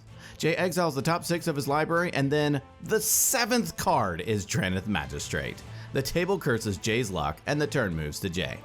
Jay draws and plays a command tower. He casts a Drannith Magistrate. Jay ships the turn to Daquan. Daquan draws and plays an Undergrowth Stadium. He casts a Mana Vault. He casts a Mox Opal. He casts a Lion's Eye Diamond. He follows it up by casting a Gamble. He fetches up a card into his hand and then randomly discards a Bloodstained Mire. He passes the turn. Zach draws and plays a command tower. He casts a mana vault. He gives the turn to Catherine. Catherine draws and casts a mana crypt. She casts Diabolic Intent, sacrificing Rograkh as an additional cost. She fetches up a card into her hand and then passes the turn to Jay. Jay draws and moves straight to combat. He attacks Zach with Drannith. Zach takes it and Jay ships the turn to Daquan. Daquan draws and plays a Scalding Tarn. He casts a turn 2, Ad Nauseam. In response, Jay casts Miscast. Daquan corrects his Lion's Eye Diamond, discards his hand, paying for Miscast. Then Ad Nauseam resolves and Daquan reveals a Mox Diamond, Abrupt Decay, Tender Wall, Plateau, Angel's Grace, Underworld Breach, Stomping Ground, Witherbloom Apprentice, Vampiric Tutor, Reign of Filth, Tainted Pact, Blood Crypt, Polluted Delta, Grand Abolisher, Dark Confidant, Savannah, Sacred Foundry, Beseju who shelters all, Simian Spirit Guide, Exotic Orchard, Scroll Rack, Ancient Tomb, Grim Monolith, Beseju who endures, Assassin's Trophy, Jessica's Will, Wheel of Fortune, Scrubland, Sylvan Library, Demonic Tutor, Jeweled Lotus, Chrome Mox, and an Esper Sentinel, deciding to stop there. He casts Chrome Mox, imprinting Sylvan Library. He casts a Mox Diamond, discarding Polluted Delta. He casts a Tender Wall. He sacrifices it, adding 2 red. He exiles Simian Spirit Guide from his hand, adding another red. He casts Jessica's Will, targeting Zach, adding 6 more red. He casts Grim Monolith. He casts a Scroll Rack. He cracks his Scalding Tarn, pays a life, and fetches up a Badlands onto the battlefield. He casts Abrupt Decay, targeting Drannith Magistrate. Drannith is destroyed, and Daquan casts Underworld Breach. He escapes Lion's Eye Diamond. He cracks his LED, discards his hand, and adds 3 black. He escapes Demonic Tutor, fetching up a card into his hand. He escapes Reign of Filth. He escapes LED again. He cracks it, discarding a Chain of Smog, adding 3 green. He sacrifices a land to add a black through Reign of Filth. He escapes Witherbloom Apprentice. He follows up by escaping Chain of Smog, targeting himself. Witherbloom Apprentice triggers, draining each opponent for 1, and Daquan gains 1. He demonstrates a loop of copying Chain of Smog, targeting himself, draining opponents through his Witherbloom Apprentice. He does this over and over until the table is dead, and Daquan wins the game. And Jay gets to start us off. Jay draws and plays a Plateau. He casts a Mana Crypt. He passes. Daquan draws and plays an Exotic Orchard. He casts a Mana Vault. He ships the turn to Zach. Zach draws and pays 2 life to cast Ataxian Probe, targeting Catherine. He looks at Catherine's hand and draws a card. He plays a Tundra for turn. He exiles Simian Spirit Guide, adding a red, and casts Ragavan, Nimble Pilferer. He gives the turn to Catherine. Catherine draws and casts the Lotus Petal. She casts her commander, Rograkh, son of Rograkh. She passes to Jay. During Jay's upkeep, he wins his Mana Crypt roll. He draws and plays an Otawara, Soaring City as his land for turn. He gives the turn to Daquan. Daquan draws and plays a Windswept Heath. He cracks it, pays a life, and fetches up a Bayou onto the battlefield. He exiles Elvish Spirit Guide from his hand, adding a green. He casts Culling Ritual. In response, Zach casts Swan Song. Culling Ritual is countered, Catherine thanks Zach, and Daquan creates a 2/2 bird. Next, Daquan casts a Phantasmal Image. It enters as a copy of Ragavan. Daquan ships the turn. Zach draws and moves to combat. He attacks Jay with Ragavan. Jay takes it, Ragavan triggers, and Jay exiles a Wishclaw Talisman, and then Zach creates a treasure. In his second main phase, Zach casts a Wishclaw Talisman from exile. He passes to Catherine. Catherine draws, takes no game actions, and passes, discarding to hand size. During his upkeep, Jay loses his Mana Crypt flip and takes 3 damage. He draws and casts Dockside Extortionist. It enters and Jay creates 3 treasures. He casts Ad Nauseam. Without a fight, Ad Nauseam resolves. Jay reveals a Chrome Mox, Enlightened Tutor, Jeweled Lotus, Vampiric Tutor, Scrubland, Marsh Flats, Mental Misstep, Esper Sentinel, Badlands, Brain Freeze, Culling the Weak, Drannith Magistrate, Swords to Plowshares, Simian Spirit Guide, Underground Sea, Ancient Tomb, Arid Mesa, Dark Ritual, Talisman of Progress, Luxury Suite, Windswept Heath, Time Twister, Wooded Foothills, Demonic Consultation, Spell Pierce, Savine's Reclamation, Mystical Tutor, Scalding Tarn, Silence, Cabal Ritual, Morphic Pool, and a Felwar Stone, deciding to stop there. He casts Calling the Weak, sacrificing Dockside as an additional cost, adding 4 black. He plays an Underground Sea for turn. He casts a Dark Ritual, adding 3 black. He exiles Simian Spirit Guide from his hand, adding a red. He casts Peer into the Abyss. Peer resolves, Jay draws half of his remaining library and loses half of his life, rounded up. He casts a Mox Diamond, discarding a Tundra. He casts Mox Opal. He casts Chrome Mox, imprinting Time Twister. He casts Thassa's Oracle.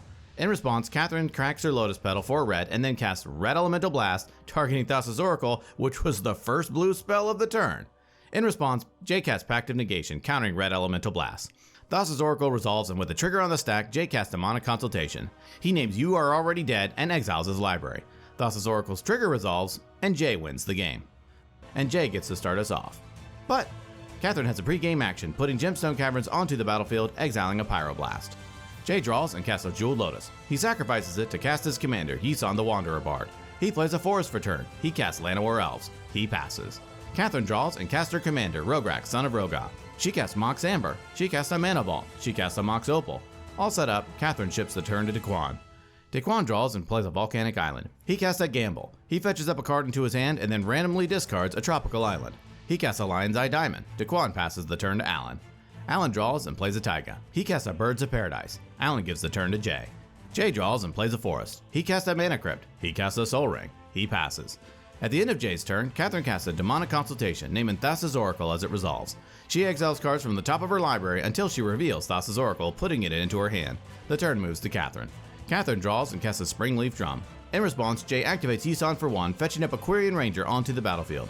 He activates Quirion Ranger, bouncing a Forest to his hand, untapping Yisan. Jay activates Yisan for 2. In response, knowing what's coming, Catherine floats a black and a red. Then Jay fetches up a Collector Roof onto the battlefield. Then Springleaf Drum resolves. Catherine casts her commander, Silas Wren, Seeker Adept. Catherine passes the turn. Daquan draws and plays a Scalding Tarn. He gives the turn to Alan. Alan draws and plays a Verdant Catacombs. He cracks it, pays a life, and fetches up a Savannah onto the battlefield. He suspends a Greater Gargadon. Alan ships the turn to Jay. During Jay's upkeep, he loses his Mana Crypt roll and takes 3 damage. He draws and plays a Forest. He moves to combat and attacks Alan with Collector Roof. Alan takes it, and the turn moves to Catherine.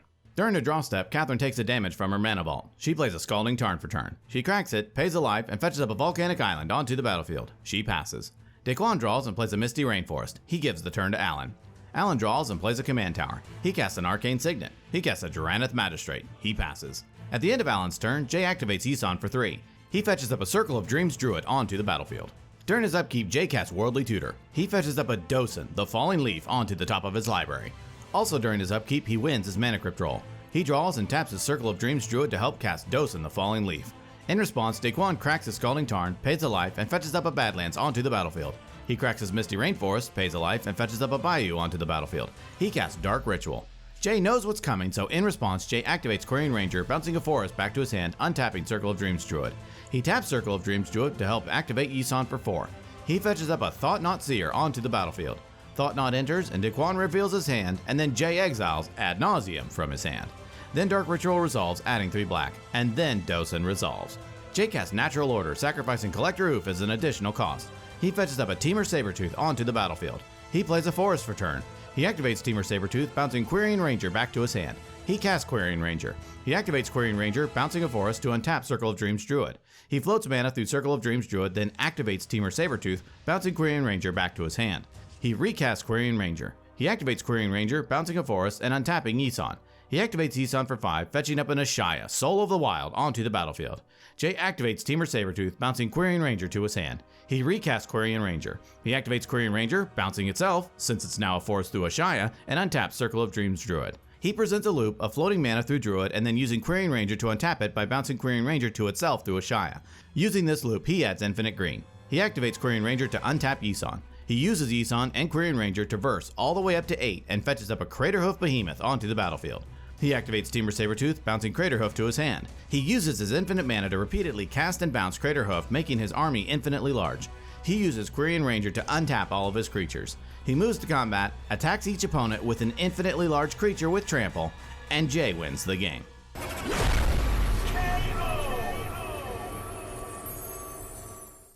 Without further ado, let's kick off this absurd aggregation of aggressive archetypes. Catherine brought the most outlandish socks to the table and gets to start us off. Catherine draws and plays an Underground Sea. She casts a Mox Amber. She casts her commander, Rograkh, son of Rograkh. She casts a Mana Vault. She casts a turn 1, Time Twister.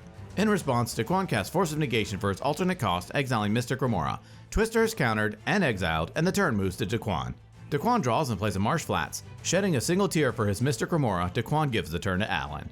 Alan draws and plays an Ancient Tomb. He taps it to cast Grim Monolith. He casts a Mox Diamond, discarding Wooded Foothills. He casts a Birds of Paradise. In response, Daquan cracks his Marsh Flats, pays a life, and fetches up an Underground Sea onto the battlefield. Birds resolves, and Alan passes the turn. Zach draws and plays a Watery Grave into play untapped, paying 2 life. He casts a Mystic Remora. In response, Daquan casts an Entomb, fetching up a Villas, Broker of Blood, into his graveyard. Remora resolves, and Zach follows it up by casting a Chrome Mox, imprinting Mental Misstep. He ships the turn to Catherine. During Catherine's draw step, she takes a damage from her Mana Vault. She plays a Watery Grave into play untapped, paying 2 life. She casts a Vampiric Tutor. Remora triggers, and Zach draws. Then Catherine fetches up a card onto the top of her library and loses 2 life. She gives the turn to Daquan. Daquan draws and plays a Flooded Strand. He casts Reanimate, targeting Vilas. Remora triggers and Zach draws. In response, Zach casts Swan Song. In response, Daquan cracks his Flooded Strand, pays a life, and fetches up a tropical island onto the battlefield. He casts Veil of Summer. Remora triggers and Zach draws again. Veil resolves and Daquan draws. Swan Song fizzles and Reanimate resolves. Vilas returns to the battlefield and Daquan loses 8 life. Vilas triggers and Daquan draws 8 cards. With nothing else, Daquan passes, discarding to hand size. Alan draws and plays a Scalding Tarn. He cracks it, pays a life, and fetches up a Taiga onto the battlefield. He taps his Ancient Tomb to cast his commander, Rocco, Cabaretti Caterer, where X equals 2. Rocco enters, and he fetches up a Dockside Extortionist onto the battlefield. Dockside enters, and Alan creates 4 treasures. All set, he gives the turn to Zach. During Zach's upkeep, he pays for his Mystic Remora. He draws and casts a Mox Opal. He plays a Spire of Industry as his land for turn. He taps it to help cast Drannith Magistrate. Drannith resolves, and Zach ships the turn to Catherine. During Catherine's draw step, she takes a damage from her mana vault. She plays a Forbidden Orchard as her land for turn. She passes. Daquan draws and plays a Verdant Catacombs. He cracks it and pays a life. Vilas triggers and Daquan draws a card. Then he fetches up a Bayou onto the battlefield. He casts a Soul Ring. Remora triggers and Zach draws. Daquan passes. Alan draws and casts Lightning Bolt targeting Drannith. Remora triggers and Zach draws. Drannith dies and he follows it up with a Food Chain. Remora triggers and Zach draws again. Food Chain resolves and Alan floats a red and exiles his Birds of Paradise to Food Chain, adding 2 green. He exiles Rocco to Food Chain, adding 4 red, putting Rocco into the command zone. He exiles Dockside for 3 white. He recasts his commander, Rocco, where X equals 3. In response, and with a delightfully wretched grin, Daquan flashes in, an opposition agent. Agent resolves, Rocco enters, and Daquan searches Alan's library and exiles a Skyclave Apparition. Dismayed, Alan gives the turn to Zach. During Zach's upkeep, he pays to keep his Remora. He draws and plays an Underground Sea. He casts a Lotus Petal. He casts his commander, Timna the Weaver. He passes the turn. During her draw step, Catherine takes a damage from her mana vault. She plays a Luxury Suite and ships the turn to Daquan. Daquan draws and plays a Bloodstained Mire. He cracks it and pays a life. Vilas triggers and Daquan draws. He then fetches up a Scrubland onto the battlefield. He casts Survival of the Fittest. Remora triggers and Zach draws. In response, Zach casts Fierce Guardianship for its alternate cost, countering Survival. Next, Daquan casts a Drannith Magistrate. He moves to combat and attacks Catherine with Vilas. In response, Catherine taps Forbidden Orchard, giving Jay a spirit to cast Ad Nauseam. Remora triggers and Jay draws. In response, Daquan activates Vilas, paying 2 life, drawing 2 cards, killing Rograkh. He activates Vilas, paying 2 life, drawing 2 cards, killing Rocco. In response, Zach casts Force of Will, paying a life, exiling a blue card, countering Ad Nauseam. Then Catherine takes the damage from Vilas, and with nothing else, Daquan passes, discarding to hand size. Alan draws, takes no actions, and passes. During Zach's upkeep, he pays to keep his Remora. He draws and moves to combat, swinging Timna at Alan and the Spirit Token at Catherine. They each take it, and Zach gains 2 life. In his second main phase, Timna triggers, and Zach pays 2 life and draws 2 cards. He plays a Misty Rainforest for turn. He cracks it, paying a life. It is at this point that Daquan smiles again, and points out the opposition agent. He exiles a Tundra, looking at Zach's hand as well. Sorrowfully, Zach ships the turn to Catherine. During her draw step, Catherine takes a damage from her mana vault. With nothing else to do, she gives the turn to Daquan. During Daquan's upkeep, Zach casts Silence, locking out opponents from casting spells this turn. Daquan draws and plays a Scalding Tarn. He moves straight to combat, attacking Zach with Vilas for his transgressions. Zach takes 8, and Daquan passes the turn. Alan draws, plays a Plateau, and passes. At the end of Alan's turn, Daquan cracks his Scalding Tarn, paying a life. Vilas triggers and Daquan draws. He fetches up a Watery Grave into play untapped, paying 2 life. Vilas triggers again, and Daquan draws 2. The turn moves to Zach. During Zach's upkeep, he lets his Remora die. He draws and moves to combat. In response, Daquan pays 2 life to activate Vilas, targeting Zach's spirit. Vilas triggers and Daquan draws 2. The spirit dies, and Zach attacks Catherine with Timna. She takes it, and Zach gains 2 life. In his second main phase, he pays a life and draws a card through Timna. He casts a Mox Diamond, discarding Marsh Flats. He gives the turn to Catherine. During his upkeep, Catherine pays 4 to untap her mana vault. She draws and plays a Polluted Delta. She passes. At the end of Catherine's turn, Daquan casts Vampiric Tutor. He fetches up a card onto the top of his library and loses 2 life. Vilas triggers and Daquan draws 2. The turn moves to Daquan. During his upkeep, Daquan casts Silence. Silence resolves, shutting out opponents from casting spells this turn. He draws and casts Lion's Eye Diamond. He plays Zach's Tundra as his land for turn. He casts a Mana Crypt. He casts Auriok Salvagers. He cracks his LED, discarding his hand, adding 3 white. He activates Auriok Salvagers, returning LED to his hand. Daquan presents a loop of sacrificing and returning LED through Auriok Salvagers to generate infinite mana of every color. He casts his commander, Thrasios, Triton Hero. He activates Thrasios, drawing his library, putting all lands onto the battlefield tapped. He casts Thassa's Oracle. It enters, triggers, and Daquan wins the game. Sean won the Shell-On Challenge and gets to start us off. Sean draws a card for turn and casts a Lotus Petal. He plays a Flooded Strand. He cracks it, pays a life, and fetches up a volcanic island onto the battlefield. He casts Ragavan, Nimble Pilferer. He cracks his Lotus Petal to cast Finehorn Elves. Sean passes. Cal draws and plays an Underground Sea. He casts Dark Ritual, adding 3 black. He casts Demonic Tutor. He fetches up a card into his hand. He casts his commander, Rograkh, son of Rograkh. Cal passes. Mike draws and plays a Command Tower. He casts Dark Ritual, also adding 3 black. He casts Grim Tutor. He fetches up a card into his hand and loses 3 life. He casts a Jeweled Lotus. He cracks it to help cast his commander, Malcolm, Keen-Eyed Navigator. Mike ends his turn. Zeb draws and plays a Scalding Tarn. He cracks it, pays a life, and fetches up an island onto the battlefield. He also casts a Jeweled Lotus. He cracks it to help cast his commander, Arkham Dagsson. Finished up, Zeb passes. Sean draws and moves to combat. He attacks Cal with Ragavan. Cal takes it, Ragavan triggers, and Cal exiles a Fierce Guardianship, and Sean creates a treasure. In his second main phase, Sean casts his commander, Malcolm, Keen-Eyed Navigator. Sean gives the turn to Cal. Cal draws and plays a City of Brass. He taps it to help cast Tainted Pact. Pact resolves, and Cal reveals until he finds a Lion's Eye Diamond, putting it into his hand. Cal passes. Mike draws and plays a Sea of Clouds. He moves to combat and attacks Cal with Malcolm. Cal takes it, Malcolm triggers, and Mike creates a treasure. In his second main phase, Mike casts Laboratory Maniac. Everyone takes notice as Mike passes to Zeb. Zeb draws and plays an island. He casts Corridor Monitor. It enters and targets Arkham.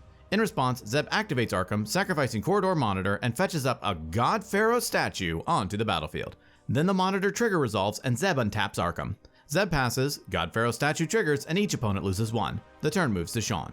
Sean draws and moves to combat. He attacks Cal with Malcolm and Mike with Ragavan. They both take it, and Malcolm and Ragavan trigger. Mike exiles a Windswept Heath, then Sean creates a treasure, then creates 2 more from Malcolm. In his second main phase, Sean casts Sylvan Library. With nothing else to do, Sean ends his turn. Cal draws and taps his City of Brass to help cast Mox Amber, paying for God Pharaoh statue. Cal passes. Mike draws and plays an Arid Mesa. He cracks it, pays a life, and fetches up a Scrubland onto the battlefield. He moves to combat and attacks Sean with Malcolm. Sean takes it, Malcolm triggers, and Mike creates a treasure. Mike ships the turn to Zeb. Zeb draws and plays a Mystic Sanctuary, into play tapped. He passes, statue triggers, and each opponent loses 1. During his draw step, Sean draws 2 extra through Sylvan Library, paying 8 life to keep them both. He moves to combat and attacks Zeb with Malcolm and Cal with Ragavan. They both take it, and Malcolm and Ragavan trigger. Cal exiles the defense grid, and then Sean creates 3 treasures. In his second main phase, Sean sacks 3 treasures to help cast Brainstorm, drawing 3 and putting 2 back on top. With everyone else feeling the squeeze of God Pharaoh's statue, Sean passes to Cal. Cal draws and casts a Lion's Eye Diamond. He passes. Mike draws and plays a Scalding Tarn. He moves to combat and attacks Sean with Malcolm and Cal with Labman. They both take it, Malcolm triggers, and Mike creates a treasure. Mike passes the turn. Zeb draws, casts a Manifold Key, and passes. During his draw step, Sean draws 2 extra through Sylvan Library, paying 4 life to keep 1 extra. He plays a Tropical Island for turn. He casts a Dockside Extortionist. Dockside enters, and Sean creates 6 treasures. He casts Gamble. He fetches up a card into his hand and then randomly discards a Mystic Remora. He moves to combat and attacks Zeb with Malcolm and Mike with Ragavan. Mike exiles a Chrome Mox, and then Sean creates 3 treasures. With nothing else, Sean ships the turn to Cal. Cal draws and taps his City of Brass to help cast Mystic Remora. Cal passes. At the end of Cal's turn, Mike cracks his Scalding Tarn, pays a life, and fetches up a Tundra onto the battlefield. He casts Tainted Pact. Remora triggers and Cal draws. In response, Zeb casts Swan Song. Remora triggers and Cal draws. Tainted Pact is countered, and Mike creates a 2/2 bird. The turn moves to Mike. Mike draws and casts his other commander, Timna the Weaver. In response, Zeb casts Mystical Tutor. Remora triggers and Cal draws. Then Zeb fetches up a Transmute artifact onto the top of his library. Then Timna resolves. Mike moves to combat and attacks Sean with Labman, Cal with Malcolm, and Zeb with his bird. Sean blocks with Dockside Extortionist. Then they take the rest, Malcolm triggers, and Mike creates 2 treasures. In his second main phase, Mike pays 2 life and draws 2 cards through Timna. He plays a City of Traders. He casts a Siren Storm Tamer. Mike gives the turn to Zeb. Zeb draws and casts Transmute Artifact. Remora triggers and Cal draws. Transmute Artifact resolves, Zeb sacrifices Manifold Key, and then fetches up a Mirror Sire onto the battlefield, paying the difference. Next, Zeb activates Arkham, sacrificing Mirror Sire, and then fetches up a Chromatic Orrery onto the battlefield. Mirror Sire triggers, and Zeb creates a 1/1 mirror. Zeb casts Solve the Equation. Remora triggers, and Cal draws. He fetches up a Hidden Strings into his hand. He casts Hidden Strings, targeting Arkham. Remora triggers, and Cal draws again. Arkham untaps, then Zeb ciphers it onto Arkham. He activates Arkham, sacrificing his Mirror token, and then fetches up a Citadel Flute onto the battlefield. With nothing else, Zeb passes, statue triggers, and each opponent loses 1. During his draw step, Sean draws 2 extra through Sylvan Library, paying 4 life to keep 1 extra. In his main phase, he casts Bring to Light. Remora triggers, and Cal draws. In response, knowing this is a problem, Zeb casts Fierce Guardianship for its alternate cost. Cal draws from Remora, then Bring to Light is countered. Sean moves to combat and attacks Zeb with Malcolm and Cal with Ragavan. They both take it, and Malcolm and Ragavan trigger. Cal exiles a vampiric tutor, then Sean creates 3 treasures. With nothing else to do, Sean passes. During his upkeep, Cal lets his Remora die. He draws and plays a Badlands. He taps the City of Brass to cast a Dockside Extortionist. It enters, and Cal creates 8 treasures. He casts Cyclonic Rift, targeting God Pharaoh's statue. In response, Sean casts Flusterstorm, with all copies targeting Rift. Cal pays for them all, then Rift bounces statue. Now, finally out from under the statue, Cal casts a Mox Opal. He casts a Paradise Mantle. He casts a Soul Ring. He equips Paradise Mantle to Rograkh. He casts Underworld Breach. In response, Sean evokes Endurance, exiling a green card. In response, Cal casts Force of Will, paying a life, and exiling a blue card, countering Endurance. With no other answers, Underworld Breach resolves. Cal sacrifices his Lion's Eye Diamond, discards his hand, and adds 3 black. He escapes LED. He sacks it for 3 blue. He escapes Praetor's Grasp, targeting Mike. In response, Mike sacrifices Siren Storm Tamer, countering Praetor's Grasp. Cal escapes Demonic Consultation, naming Brain Freeze. He exiles the top 6, and then exiles until he finds Brain Freeze, putting it into his hand. He casts Brain Freeze, with 7 copies targeting himself and the rest at Mike's. He mills the rest of his library. Unfortunately, he has very little left in his graveyard due to the consultation earlier in the game. So he cannot mill out everyone because Mike will just draw and win with Labman, so Cal tries to think of a line. He escapes LED. He cracks it for 3 blue. He escapes LED again and then sacks it for 3 black. Unfortunately, he cannot get there, so he decides to concede and the turn moves to Mike. Mike draws and casts Imperial Seal. He fetches up a card onto the top of his library and loses 2 life. He moves to combat and attacks Zeb with Malcolm and his bird and Sean with Timna and Labman. They both take it, Malcolm triggers, and Mike creates a treasure. In his second main phase, Mike pays 2 life and draws 2 cards through Timna. He casts Demonic Consultation, exiling his library. He pays 2 life to cast Gitaxian Probe, targeting Sean. He looks at Sean's hand and then attempts to draw from an empty library through Labman, and Mike wins the game.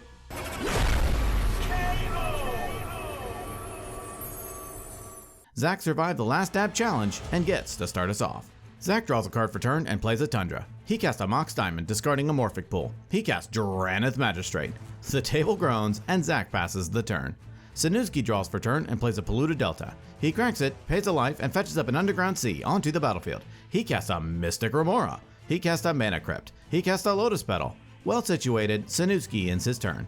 Zane draws and plays a Mana Confluence. He casts a Lotus Petal. Remora triggers and Sinusky draws. Zane ships the turn. Memo draws a card for turn and plays a Verdant Catacombs. He cracks it, pays a life, and fetches up a Tropical Island onto the battlefield. He casts a Mystic Remora of his own. Remora triggers and Sinusky draws.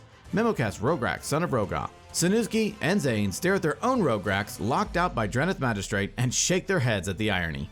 All through, Memo sends the turn to Zach. Zach draws and casts a Chrome Mox. Both Remoras trigger and Memo and Sinusky draw. It resolves and Zach imprints Pact of Negation. He casts his commander, Timna the Weaver. He moves to combat and attacks Zane with Drannith Magistrate. Zane takes it, and in his second main phase, Zach pays a life and draws a card through Timna. Finished up, Zach passes the turn. During his upkeep, Sinusky pays for his Mystic Remora. Also in his upkeep, he loses his Mana Crypt roll and takes 3 damage. He draws, takes no actions, and passes. Zane draws and plays an Underground Sea.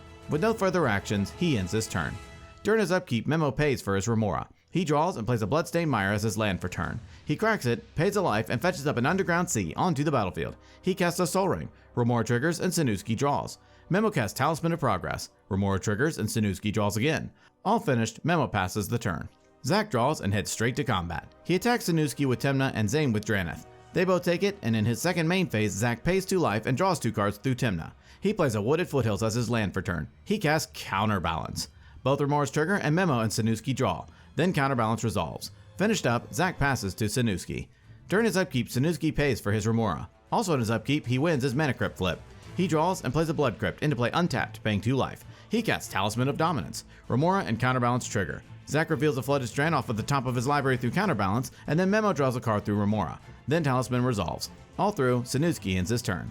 Zane draws and plays a Volcanic Island. With no further actions, once again, he passes to Memo. During Memo's upkeep, his Remora triggers. In response, he casts Worldly Tutor. Counterbalance and Remora trigger. Sinusky draws, then Zach declines to reveal through Counterbalance. Worldly Tutor resolves, and Memo fetches up a Dockside Extortionist onto the top of his library. He then pays for his Remora. He draws for turn and then plays a Plateau. He casts Dockside Extortionist. Counterbalance triggers, and in response, Zach sacrifices his Wooded Foothills, pays a life, and fetches up a Badlands onto the battlefield. He reveals a Ragavan Nimble Pilferer through Counterbalance, then Dockside resolves. It enters, and Memo creates 8 treasures. Memo ends his turn. Zach draws for turn and then dashes in Ragavan Nimble Pilferer. He moves to combat and attacks Zane with Tymna and Sanuski with Ragavan. Both declare no blocks, Ragavan triggers, Zach creates a treasure, and Sanuski exiles Rhystic Study off of the top of his library. In his second main phase, Zach pays 2 life and draws 2 cards through Tymna. He plays the City of Traders as his land for turn. He casts Sanuski's Rhystic Study from exile. Both Remora's trigger and Memo and Sanuski draw. In response, Sanuski casts Swan Song, targeting Rhystic Study. Remora and Counterbalance trigger. Zach reveals a Dark Ritual off of the top of his library, countering Swan Song. Then Memo draws through Remora. With Rhystic still in the stack, Memo flashes in, an Archivist of Ogma. It resolves, and with Rhystic still in the stack, Zane hard casts Fierce Guardianship, targeting Rhystic. Both Remoras and Counterbalance trigger, and in response, Zach casts a Swan Song of his own, targeting Fierce Guardianship. Both Remora's trigger, and Memo and Sanuski draw. In response, Memo casts Eladamri's Call. Remora triggers, and Sanuski draws. Eladamri's Call resolves, and Memo fetches up a Grim Hireling into his hand. Then Swan Song counters Fierce Guardianship, and Zane creates a 2/2 bird. Then the Remora triggers resolve, and Memo and Sanuski draw. Finally, Rhystic Study resolves. Zach moves to his end step, and Ragavan returns to Zach's hand. The turn moves to Sanuski. During his upkeep, Sanuski pays for his Remora. He also loses his Mana Crypt flip, taking 3 damage. He draws and plays a Badlands. He casts Talisman of Indulgence. Remora, Counterbalance, and Rhystic all trigger. Zach draws through Rhystic, then reveals an Underworld Breach off the top of his library through Counterbalance, countering Talisman. Then Memo draws through Remora. Next, Sanuski casts Ragavan, Nimble Pilferer. Rhystic and Counterbalance trigger, Zach draws through Rhystic, then reveals Rhystic Study off of the top of his library. Then Ragavan resolves. Sanuski casts Mox Amber. Remora, Counterbalance, and Rhystic all trigger again. Zach draws through Rhystic, then reveals a Talisman of Creativity through Counterbalance, then Memo draws through Remora, then the Mox Amber resolves. Sanuski passes, discarding to hand size. Zane draws and casts Time Twister. Remora, Rhystic, Counterbalance, and Remora all trigger. Sanuski draws through Remora, Zach draws through Rhystic, then chooses not to reveal through Counterbalance, and then Memo draws through Remora. With Time Twister still in the stack, Memo casts Veil of Summer. Rhystic, Counterbalance, and Remora trigger, Sanuski draws through Remora, Zach reveals Mox Opal through Counterbalance, and then draws through Rhystic.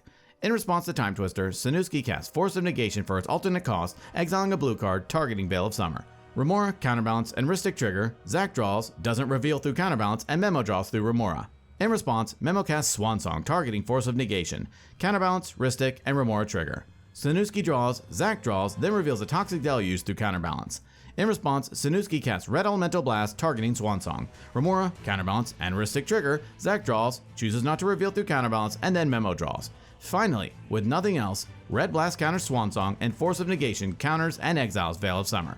With Time Twister still in the stack, Sanuski exiles Simian Spirit Guide from his hand, floating a red. Then Time Twister resolves, everyone shuffles their hands and graveyards into their libraries, and then draws 7. Next, Zane plays a Steam Vents into play untapped, paying 2 life. He attempts to move through phases, and in response, Sanuski uses his floating red to cast Red Elemental Blast, targeting Counterbalance. Remora, Rhystic, and Counterbalance all trigger. Zach reveals a Watery Grave through Counterbalance, Zach draws through Rhystic, and then Memo draws through Remora. Then Red Elemental Blast resolves, and Counterbalance is destroyed. All through, Zane passes to Memo. During Memo's upkeep, his Remora triggers. In response, he casts Mystical Tutor. Sanuski's Remora triggers, and he draws. Tutor resolves, and Memo fetches up a Tainted Pact onto the top of his library. He exiles Simian Spirit Guide from his hand to help pay for Remora. He draws and plays a Bloodstained Mire for turn. He cracks it, pays a life, and fetches up a Bayou onto the battlefield. He casts a Mana Ball. Remora and Rhystic trigger, and Sanuski and Zach draw. Memo casts Eldritch Evolution, sacrificing Dockside as an additional cost. Remora and Rhystic trigger, and Sanuski and Zach draw again. Evolution resolves, and Memo fetches up a Thassa's Oracle onto the battlefield. Oracle triggers, and holding priority, Memo casts Tainted Pact. Remora and Rhystic trigger, and Sanuski and Zach draw. In response, Sanuski casts Force of Negation for its alternate cost, exiling a Brain Freeze, targeting Tainted Pact. Rhystic or Remora trigger, and Zach and Memo draw. In response, Memo hard casts Fierce Guardianship, targeting Force of Negation. Remora and Rhystic trigger, and Sanuski and Zach draw again. In response, Sanuski casts Daze for its alternate cost, bouncing Underground Sea back to his hand, targeting Fierce Guardianship.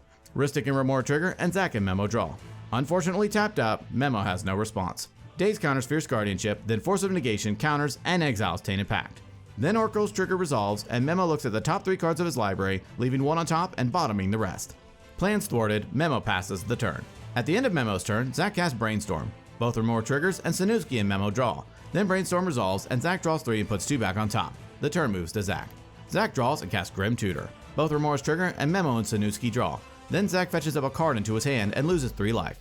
Archivist of Ogma triggers, and Memo draws a card and gains a life. Zach plays a Command Tower as his land for turn. City of Traders triggers, and he sacrifices it. He casts Dockside Extortionist. In response, Memo casts Force of Will for its alternate cost, paying a life, exiling a blue card, targeting Dockside. Remora and Rhystic trigger, and Sanuski and Zach draw. Then Force resolves, countering Dockside. Next, Zach casts Mystic Remora. Both Remora's trigger and Memo and Sanuski draw. Then Remora resolves.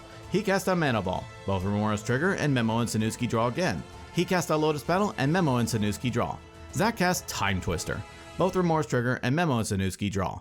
In response, Sanuski casts Flusterstorm, with all copies targeting Time Twister.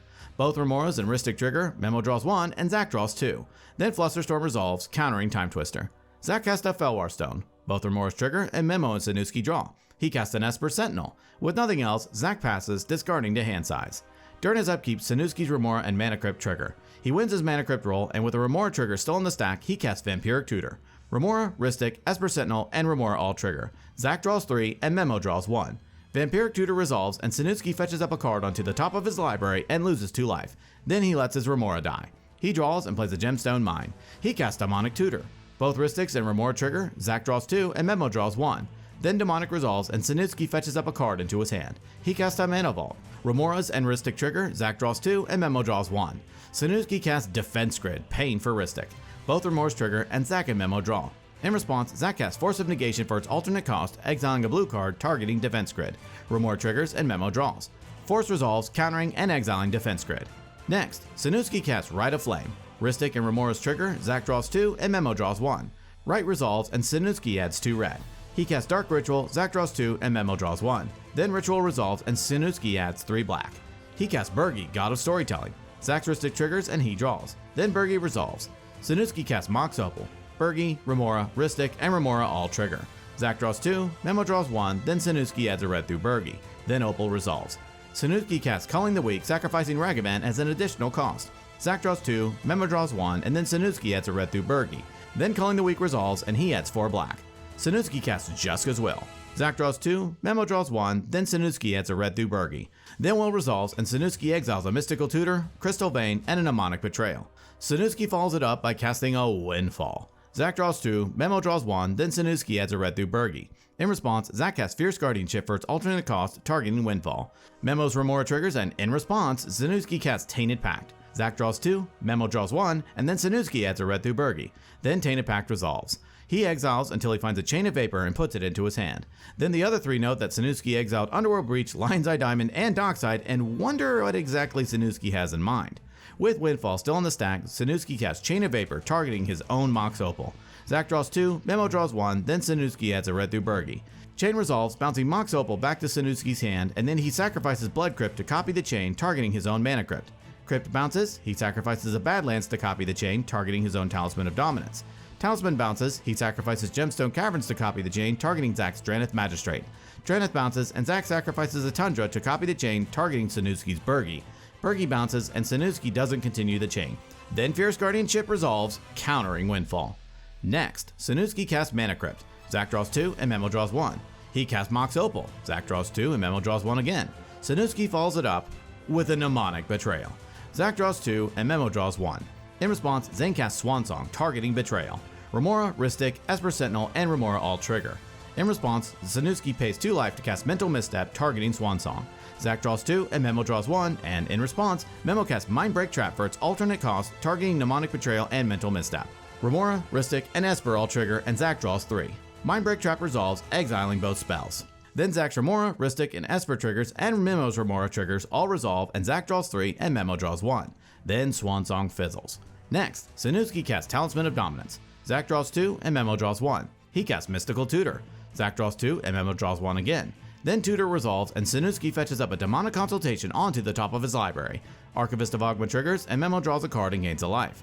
After a very long turn, Sanuski passes to Zane. Zane draws for turn and casts Tainted Pact. Remora, Rhystic, Sentinel, and Remora all trigger. Zach draws 3 and Memo draws 1. Then Pact resolves, and Zane exiles until he finds a Mnemonic Betrayal and puts it into his hand. He casts Mnemonic Betrayal. Zach draws 2 and Memo draws 1. In response, Memo casts Force of Negation for its alternate cost, exiling a blue card targeting Betrayal. Remora, Rhystic, and Sentinel all trigger, and Zach draws 3. Force resolves, countering and exiling Mnemonic Betrayal. Zane plays a Flooded Strand. He casts a Mox Opal. Zach draws 2, Memo draws 1, then Opal resolves. Finished up, Zane passes to Memo. During his upkeep, Memo lets his Remora die. During his draw step, he takes the damage from his mana vault. He draws and casts Grand Abolisher, paying for Rhystic. In response, Zach casts Force of Will for its alternate cost, exiling a blue card targeting Grand Abolisher.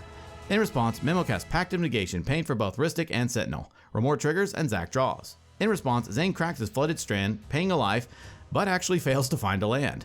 Memo's Archivist of Ogma triggers, and he gains a life and draws a card. Pact of Negation resolves, countering Force of Will. Then Grand Abolisher resolves. Memo plays an Exotic Orchard as his land for turn. He casts a Mana Crypt. Zach skips his draws as he sees the writing on the wall. Memo casts Mox Diamond, discarding a Volcanic Island. He casts Underworld Breach. He casts Gamble. He fetches up a card into his hand and then randomly discards Demonic Consultation. He casts Lion's Eye Diamond. He cracks his LED, discards his hand, and adds 3 white. He escapes Soul Partition from his graveyard, targeting Thassa's Oracle. It resolves and Oracle is exiled. He escapes Lion's Eye Diamond. He cracks LED and adds 3 blue. He casts Thassa's Oracle from exile. Thassa's Oracle triggers, and in response, Memo escapes Demonic Consultation, naming You Are Already Dead. Consult resolves, and Memo exiles his library. Then Oracle's trigger resolves, and Memo wins the game.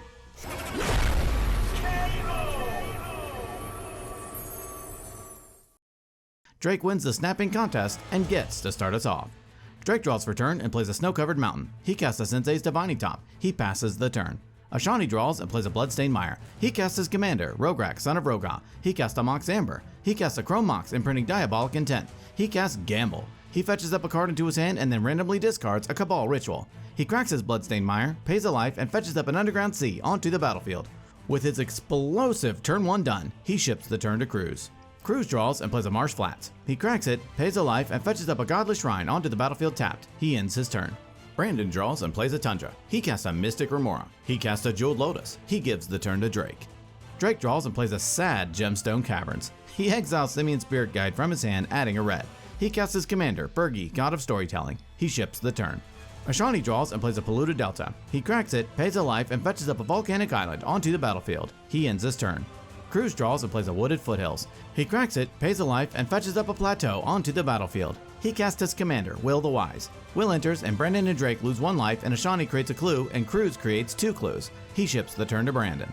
During his upkeep, Brandon pays for his Remora. He draws and plays a Scrubland. He passes. At the end of Brandon's turn, Ashani channels Ottawara, Soaring City, bouncing Bergi back to Drake's hand. Drake draws and plays a Shattered Skull to hammer pass and to play untapped, paying 3 life. He casts a Mind Goblin. He puts a Misunderstood sticker on it and adds 4 red. He recasts his commander, Bergi, God of Storytelling. He casts a Mana Vault, triggering Bergi and Mystic Remora.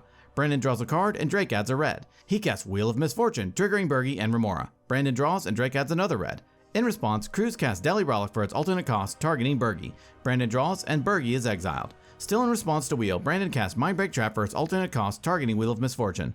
Unfortunately for Drake, Mindbreak Trap resolves, exiling Wheel.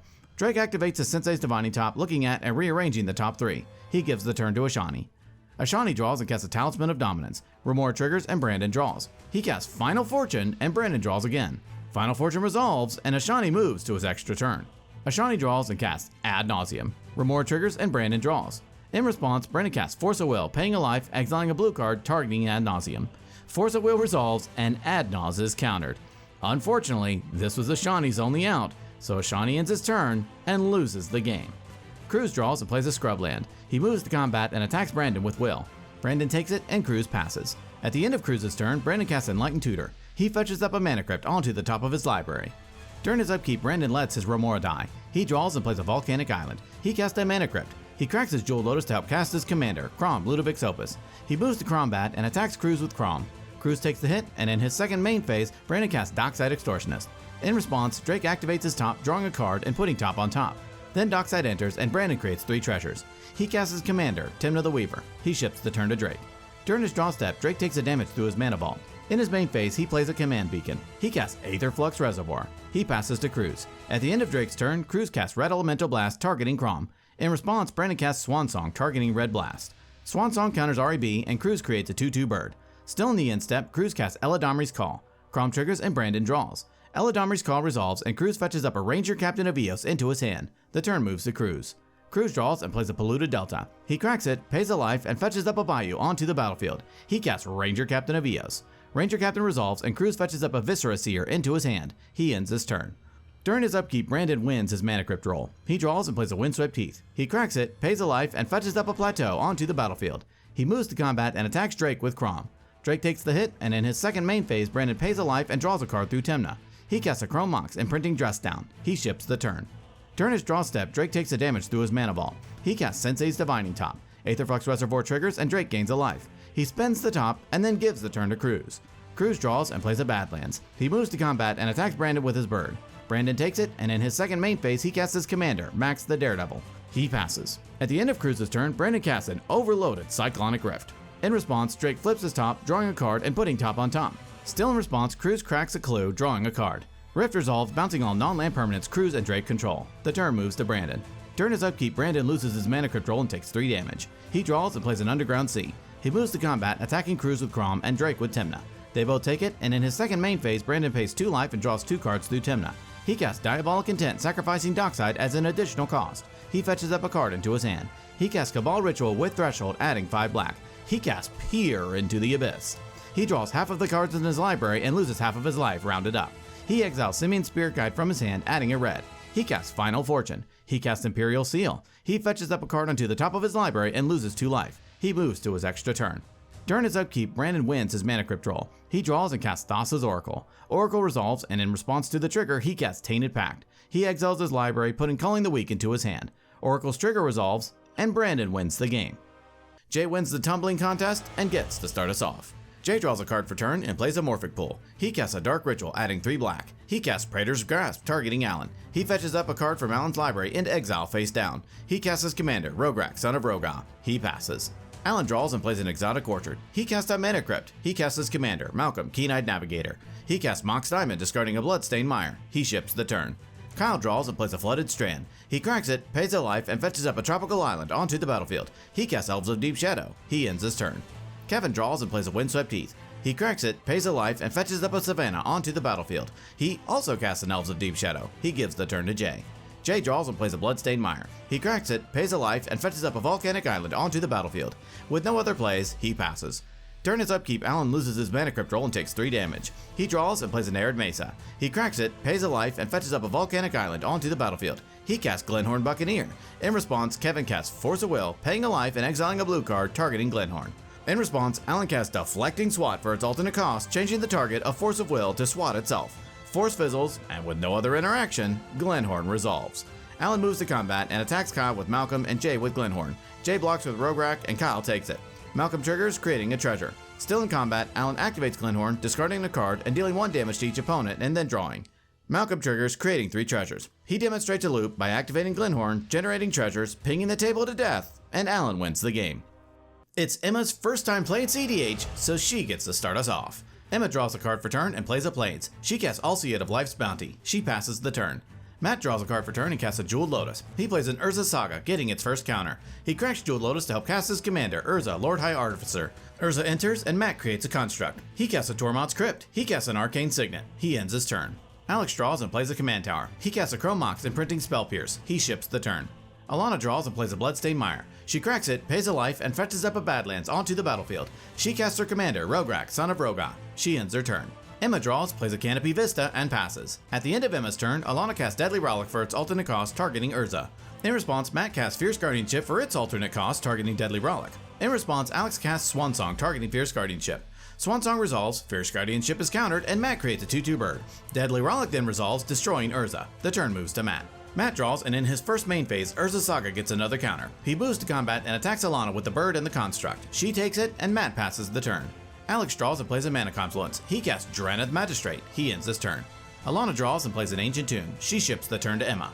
Emma draws and plays a Plains. She casts Moonblessed Cleric. Cleric triggers, and Emma fetches up Kenrith's Transformation onto the top of her library. She moves to combat and attacks Alana with Alseid of Life's Bounty. Alana takes it, and Emma gains a life. She passes the turn. Matt draws, and in his first main phase, Urza Saga triggers. He floats a mana and then sacrifices it, fetching up a Soul Ring onto the battlefield. He casts the One Ring. The One Ring enters, and Matt gains protection from everything until his next turn. He activates the One Ring, adding a burden counter and drawing a card. He moves to combat and attacks Alana with everything. She takes it, and Matt ends his turn.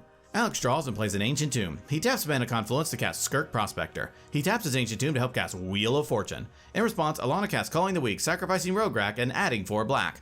Wheel of Fortune then resolves, and each player discards their hand and draws 7. He moves to combat and attacks Alana with Drannith Magistrate. She takes it, and Alex ships the turn. Alana draws and pays 2 life to cast Gitaxian Probe targeting Alex. She looks at Alex's hand and draws a card. She plays a Watery Grave and to play untapped, paying 2 life. She casts a Lotus Petal. She taps Ancient Tomb to help cast Talisman of Dominance. She casts a Time Twister. In response, Matt casts Force of Will, paying a life and exiling a blue card targeting Time Twister. In response, Alex sacrifices Skirk Prospector to cast Pyroblast targeting Force of Will. Force of Will is countered and Time Twister resolves. Each player shuffles their hand and graveyard into their library and draws 7. Alana passes the turn. Emma draws and plays a Wooded Foothills. She cracks it, pays a life, and fetches up a forest onto the battlefield. She casts Enchantress's Presence. She moves to combat and attacks Alana with everything. Alana takes it and Emma gains a life. She ships the turn. During his upkeep, Matt loses a life from the One Ring. He draws and plays a snow-covered island. He activates the One Ring, adding a counter and drawing 2 cards. He casts Imposter Mech. Enters the battlefield as a copy of Draneth Magistrate. He casts Grim Monolith. He moves to combat and attacks Alex with everything. Alex takes it and Matt ends the turn. Alex draws and plays a Steam Vents, and to play untapped, paying 2 life. He casts Mox Opal. He casts Lion's Eye Diamond. He taps his Ancient Tomb to cast a Felwar Stone. He casts a Soul Ring. He casts Ranger Captain of Eos. Ranger Captain enters, and Alex fetches up an Esper Sentinel into his hand. He casts Esper Sentinel. He moves to combat and attacks Alana with Draneth Magistrate. She takes it, and Alex passes the turn. Alana draws and plays a Gemstone Mine. She casts Demonic Tutor. Esper Sentinel triggers and Alex draws. She then fetches up a card into her hand. She casts Defense Grid. She casts Thassa's Oracle. In response, Alex activates Ranger Captain, sacrificing it. In response, Alana casts Demonic Consultation. In response, Matt casts Force of Negation, exiling a blue card targeting Demonic Consultation. Esper Sentinel triggers and Alex draws. With no other answers, Force counters and exiles Consultation, Ranger Captain's ability resolves, then Oracle resolves. Alana looks at the top 2 cards of her library and puts them both on the bottom. With nothing else, and her win attempt thwarted, she ships the turn to Emma. Emma draws and casts Whip Silk, Enchantress's Presence and Esper Sentinel trigger, and Alex and Emma draw. Emma casts Destiny Spinner and she draws from Enchantress's Presence. She moves to combat and attacks Alex with everything. Alex takes it and Emma gains 1. She ends her turn. During his upkeep, Matt loses 2 life from the One Ring. He draws and activates the One Ring, adding a counter and drawing 3 cards. He plays a Snow-Covered Island for turn. He casts Karn, the Great Creator. Esper Sentinel triggers and Alex draws. He activates Karn's first ability targeting Alex's Chrome Mox, killing it. He moves to combat and attacks Alex with the Construct. Alex blocks with Esper Sentinel, Sentinel dies, and Matt passes the turn. Alex draws and casts Culling the Weak, sacrificing Draneth Magistrate as an additional cost, adding 4 black. He casts Ad Nauseam. With no answers, Ad Naus resolves. Alex reveals a Volcanic Island, Lotus Petal, Grim Monolith, Vampiric Tutor, Misty Rainforest, Gamble, Diabolic Intent, Dockside Extortionist, and a Wheel of Fortune, deciding to stop there. He taps his Mana Confluence to cast Gamble. He fetches up a card into his hand and then randomly discards Vampiric Tutor. He plays a Volcanic Island for turn. He casts Chain of Vapor targeting Karn. Karn bounces, Matt sacrifices a land to copy the chain targeting Defense Grid. Defense Grid bounces, and Alana stops the chain. Alex casts Dockside Extortionist. Dockside enters, and in response, Matt casts March of Swirling Mist, exiling a blue card targeting Dockside and the Constructs, phasing them all out. Dockside's trigger resolves, and Alex creates 11 treasures. He taps his Ancient Tomb to help cast Phantasmal Image. Image enters as a copy of Alseid of Life's Bounty. He casts Diabolic Intent, sacrificing the Alseid, fetching up a card into his hand. He casts a Lotus Petal. He casts a Manifold. He casts Grim Monolith. He casts Arcane Signet. He casts Orcish Bowmasters. Bowmasters enters, Matt takes 1, and Alex amasses Orcs 1. Alex casts Enlightened Tutor. In response, Matt pays 2 life to cast Mental Misstep, countering Tutor. Next, Alex casts Wheel of Fortune. With no answers, Wheel resolves. Each player discards their hand and draws 7. Bowmasters triggers 21 times. Alex deals 2 damage to the bird, 12 at Alana, and 7 at Matt. Alana dies, and Alex puts 21 counters on his Orc army.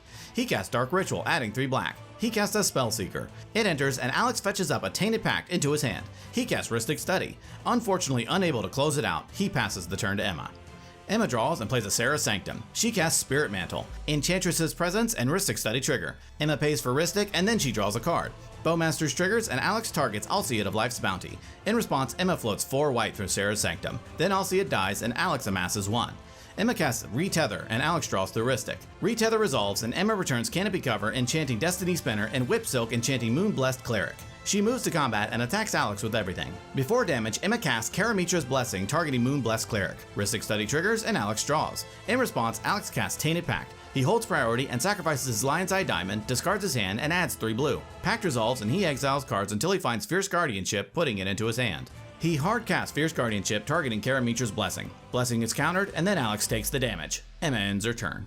During his upkeep, Matt loses 3 life from the One Ring. He draws and activates the One Ring, adding a counter and drawing 4 cards. Bowmasters triggers and deals 4 damage to Matt, and then Alex amasses 4. He plays a command beacon for turn. He cracks his command beacon, putting his commander into his hand. He recasts Urza, Lord High Artificer, and Alex draws through Rhystic. Urza enters and Matt creates a construct. He casts Power Artifact targeting Grim Monolith, and Alex draws through Rhystic again. Matt pays 2 and untaps Grim Monolith, reduced through Power Artifact. He taps Grim Monolith for 3 colorless. He presents a loop of using Grim Monolith and Power Artifact to create infinite colorless mana. He then presents another loop of tapping Grim Monolith for blue through Urza to create infinite blue mana. He casts Hullbreaker Horror. He casts Mind Over Matter. Hullbreaker Horror triggers and returns Bowmasters to Alex's hand. Matt activates Mind Over Matter, discarding a card and untapping the One Ring. He activates the One Ring, adding a counter and drawing 5 cards. He repeats this process 2 more times, discarding 2 cards, adding 2 counters, and then drawing 13 cards. He casts Spellskite. Hullbreaker Horror triggers and Matt bounces the Orc Army. He casts Sensei's Divining Top. Horror triggers and bounces Rhystic. He casts a Mana Crypt. Horror triggers and bounces Spellseeker. He casts Whir of Invention, where X equals 2, fetching up a defense grid onto the battlefield. He activates Urza over and over, exiling his entire library. He casts Dramatic Reversal and untaps his non-land permanents. He crews Imposter Mech with a construct. He presents a loop of using Hullbreaker Horror to bounce Jeweled Lotus and Urza back and forth to create a very large amount of constructs. He moves to combat and attacks Alex with the Imposter Mech and Emma with a 100,000 construct. They all take it, die, and Matt wins the game.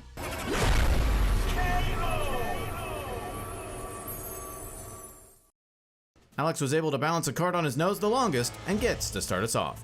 Alex draws a card for turn and plays a Mana Confluence. He casts a Jeweled Lotus. He passes. TK draws and plays a Wooded Foothills. He cracks it, pays a life, and fetches up a Stomping Ground onto the battlefield untapped, paying 2 life. He casts a Mana Crypt. All through, TK ships the turn to Emma. Emma draws and plays a Verdant Catacombs. She cracks it, pays a life, and fetches up a Temple Garden onto the battlefield untapped, paying 2 life. She casts a Utopia Sprawl, naming white as it enters. Emma ends her turn. Alana draws and plays a Scalding Tarn. She cracks it, pays a life, and fetches up an Underground Sea onto the battlefield. She casts her commander, Rograkh, son of Rograkh. She casts a Springleaf Drum. Alana passes. At the end of Alana's turn, Alex taps his Mana Confluence to cast a Vampiric Tutor. He fetches up a card onto the top of his library and loses 2 life. The turn moves to Alex. Alex draws and casts a Mana Crypt. He sacrifices his Jeweled Lotus to help cast his commander, Kenrith, the Return King. He then taps his Mana Confluence to cast a Gamble. He fetches up a card into his hand and then randomly discards Dockside Extortionist. Super bummed out, Alex ends his turn. During TK's upkeep, he loses his Mana Crypt roll and takes 3 damage. He draws and plays a Breeding Pool into play untapped, paying 2 life. He casts a Mystic Remora. He casts Dockside Extortionist. It enters and TK creates 3 treasures. He then sacrifices Dockside and his treasures to help cast his commander, Dargo the Shipwrecker. He then casts Life's Legacy, sacrificing Dargo as an additional cost. It resolves and TK draws 7 cards. TK passes, discarding the hand size, notably discarding both LED and Breen Freeze. The table gets a good idea of what's in TK's hand, and the turn moves to Emma. Emma draws and plays a command tower. She casts her commander, Sithis, Harvest Hand. She casts Flickering Ward, targeting Sithis. Sithis and Remora trigger, TK draws, and Emma draws a card and gains a life.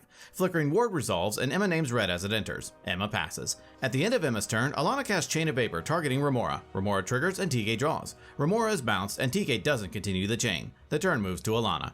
Alana draws and taps Springleaf Drum to help cast Culling the Weak, sacrificing Rograkh as an additional cost, adding 4 black. She casts Rhystic Study. She recasts Rograkh. All through, Alana ends her turn. Alex draws and plays an Overgrown Tomb into play untapped, paying 2 life. He casts Cabal Ritual. Rhystic triggers and Alana draws. Ritual resolves and Alex adds 3 black. He activates Kenrith's 5th ability, targeting Dockside in his graveyard. Dockside enters and Alex creates 6 treasures. He casts Demonic Consultation. Rhystic triggers and Alana draws. It resolves, and Alex debates between Ad Nauseam and Phantasmal Image. He settles on Phantasmal Image. He exiles the top 6 cards of his library, which includes Ad Nauseam, much to Alex's relief, and then exiles cards until he finds Phantasmal Image and puts it into his hand. He casts Phantasmal Image, having it enter as a copy of Dockside. Phantasmal Extortionist enters, and Alex creates 6 more treasures. He moves to combat and attacks Alana with Kenrith. Alana takes it, and Alex ships the turn to TK. During TK's upkeep, he loses his Mana Crypt roll and takes 3 damage. He draws and plays a Training Center. He casts Mystic Remora, paying for Rhystic. He then casts a Rhystic Study of his own. Alana's Rhystic triggers and she draws. TK passes. At the end of TK's turn, Alex activates Kenrith's 2nd ability, targeting Phantasmal Image. Image triggers and Alex sacrifices it. He then activates Kinrith's 5th ability, targeting Phantasmal Image. It enters as a copy of Dockside, and Alex creates 9 treasures. Alex presents a loop of using Kinrith's 2nd ability, targeting Phantasmal Image to sacrificing it, then using Kinrith's last ability to reanimate Image as a copy of Dockside, netting 2 treasures each time. He repeats this loop to create 69 million treasures. He then uses his numerous treasures to activate Kinrith's 4th ability to draw his entire deck. He casts Silence, locking out his opponents from casting spells this turn. He then uses Kinrith's 4th ability again, targeting each opponent. Each opponent draws their entire libraries, lose, and Alex wins the game. And TK gets to start us off. But Alex has a pre-game action and puts Gemstone Caverns onto the battlefield, exiling Spellseeker.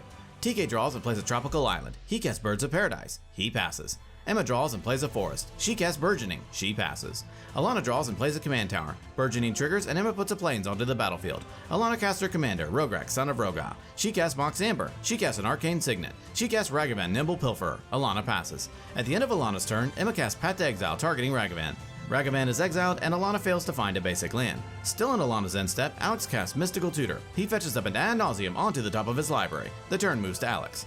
Alex draws and plays an Underground Sea. He casts Dark Ritual, adding 3 black. He casts Grim Monolith. He casts Ad Nauseam. Ad Naus resolves, and Alex reveals a Mana Crypt, Dockside Extortionist, Red Elemental Blast, Underworld Breach, Windfall, Chain of Vapor, Mindbreak Trap, Chrome Mox, Toxic Deluge, City of Brass, Savine's Reclamation, Dispel, Volcanic Island, Thassa's Oracle, Scrubland, Taiga, Vampiric Tutor, Command Tower, Grand Abolisher, Jeweled Lotus, Lotus Petal, Kinnan Bonder Prodigy, Force of Will, Tundra, and a Force of Negation, deciding to stop there. He casts Lotus Petal. He casts Chrome Mox, imprinting Red Elemental Blast. He casts Mana Crypt. He casts Dockside Extortionist. It enters, and Alex creates 3 treasures. He casts Kinnan Bonder Prodigy. He casts Underworld Breach. He escapes Lotus Petal. He cracks Lotus Petal for 2 white through Kinnan, and then casts Grand Abolisher. He casts Jeweled Lotus. He sacrifices Lotus, adding 3 white. This produces an additional mana due to Kinnan, and importantly, this mana is not restricted to commanders only.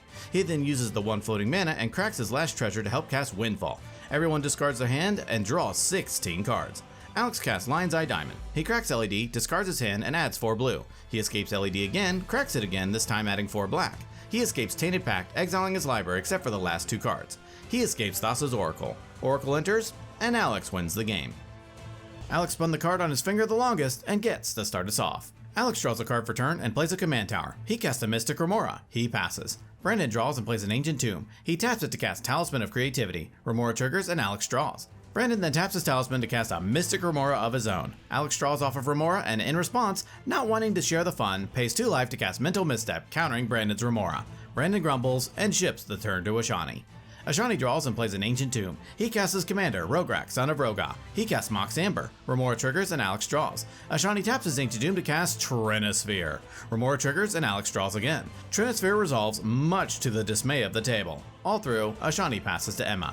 Emma draws and plays a Tropical Island. She passes. During his upkeep, Alex lets his Remora die. He draws and plays an Ancient Tomb. The table jokes about how the game has become a burial ground, and then Alex taps his Ancient Tomb to cast Chrome Mox, imprinting Nezahal Primal Tide. Finished up, Alex passes. Brandon draws and taps his Ancient Tomb to help cast Sol Ring. Brandon passes to Ashani.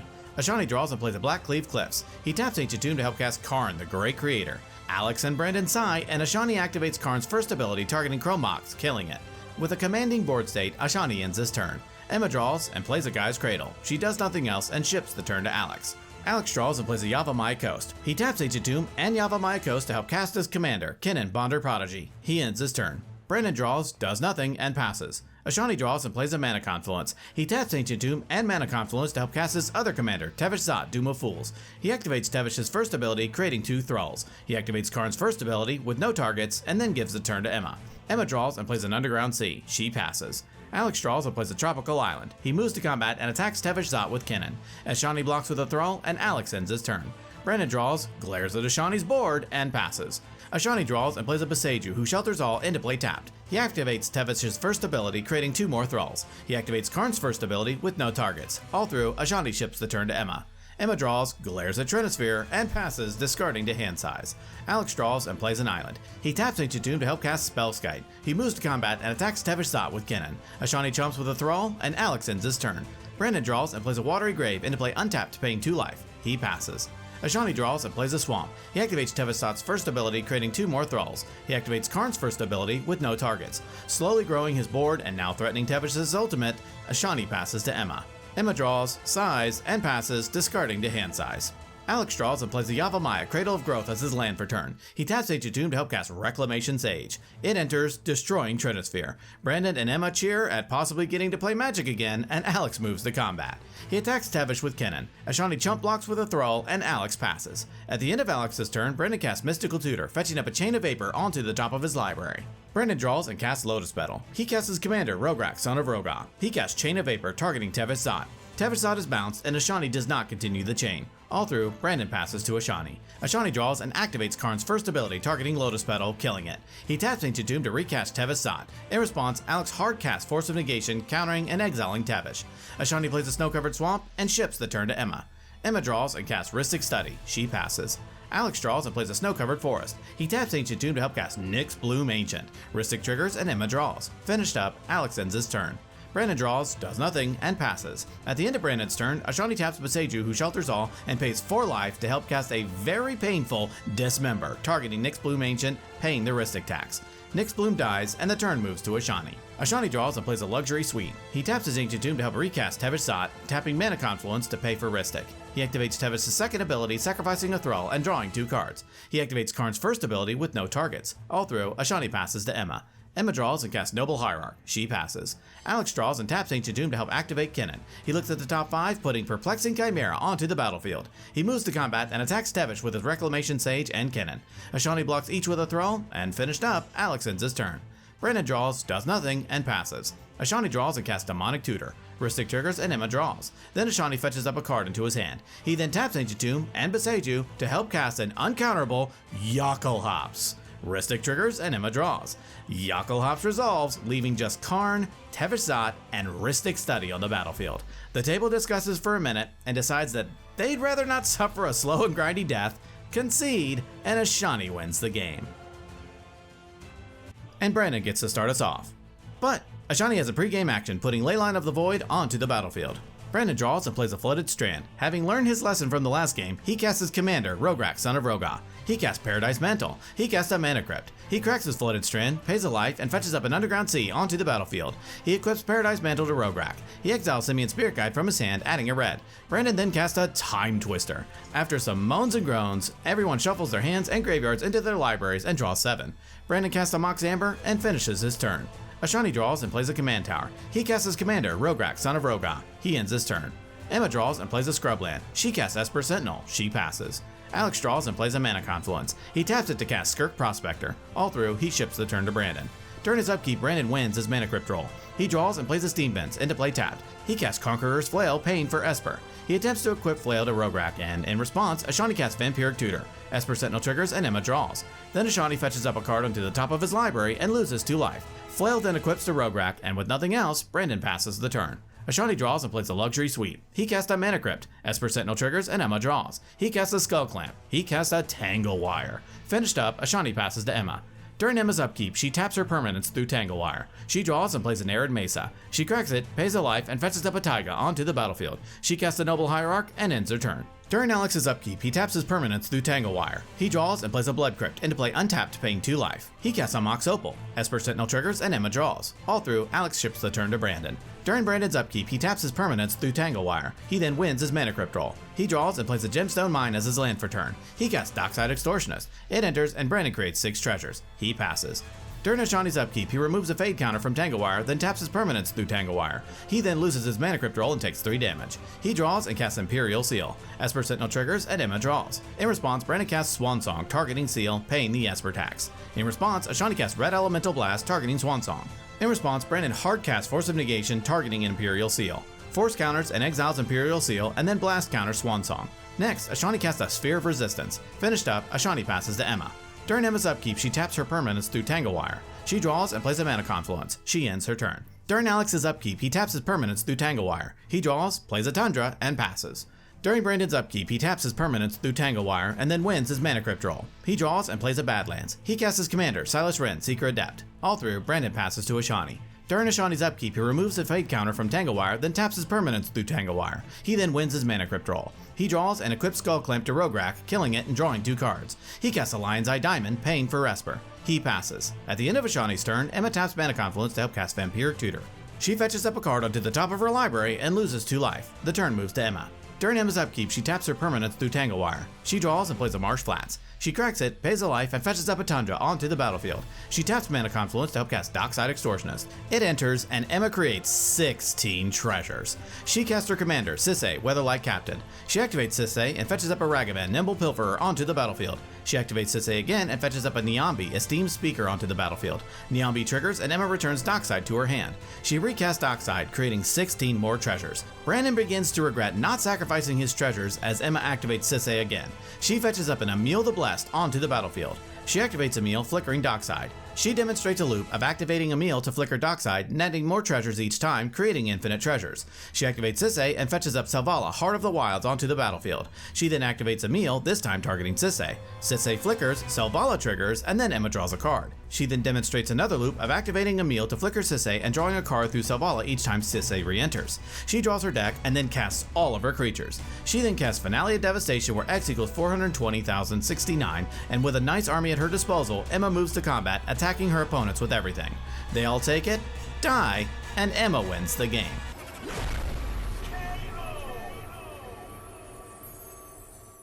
Brandon won the game of Can't Touch This and gets to start us off. But Alana has a pre-game action, putting Gemstone Caverns onto the battlefield, exiling Scalding Tarn. Brandon draws a card for turn and plays a Forest. He casts a Mana Crypt. He casts his commander, Marwyn the Nurturer. He casts a Lotus Petal. He cracks it to cast Delighted Halfling. Brandon passes. Ashani draws and plays a Manama, School at Water's Edge. He passes.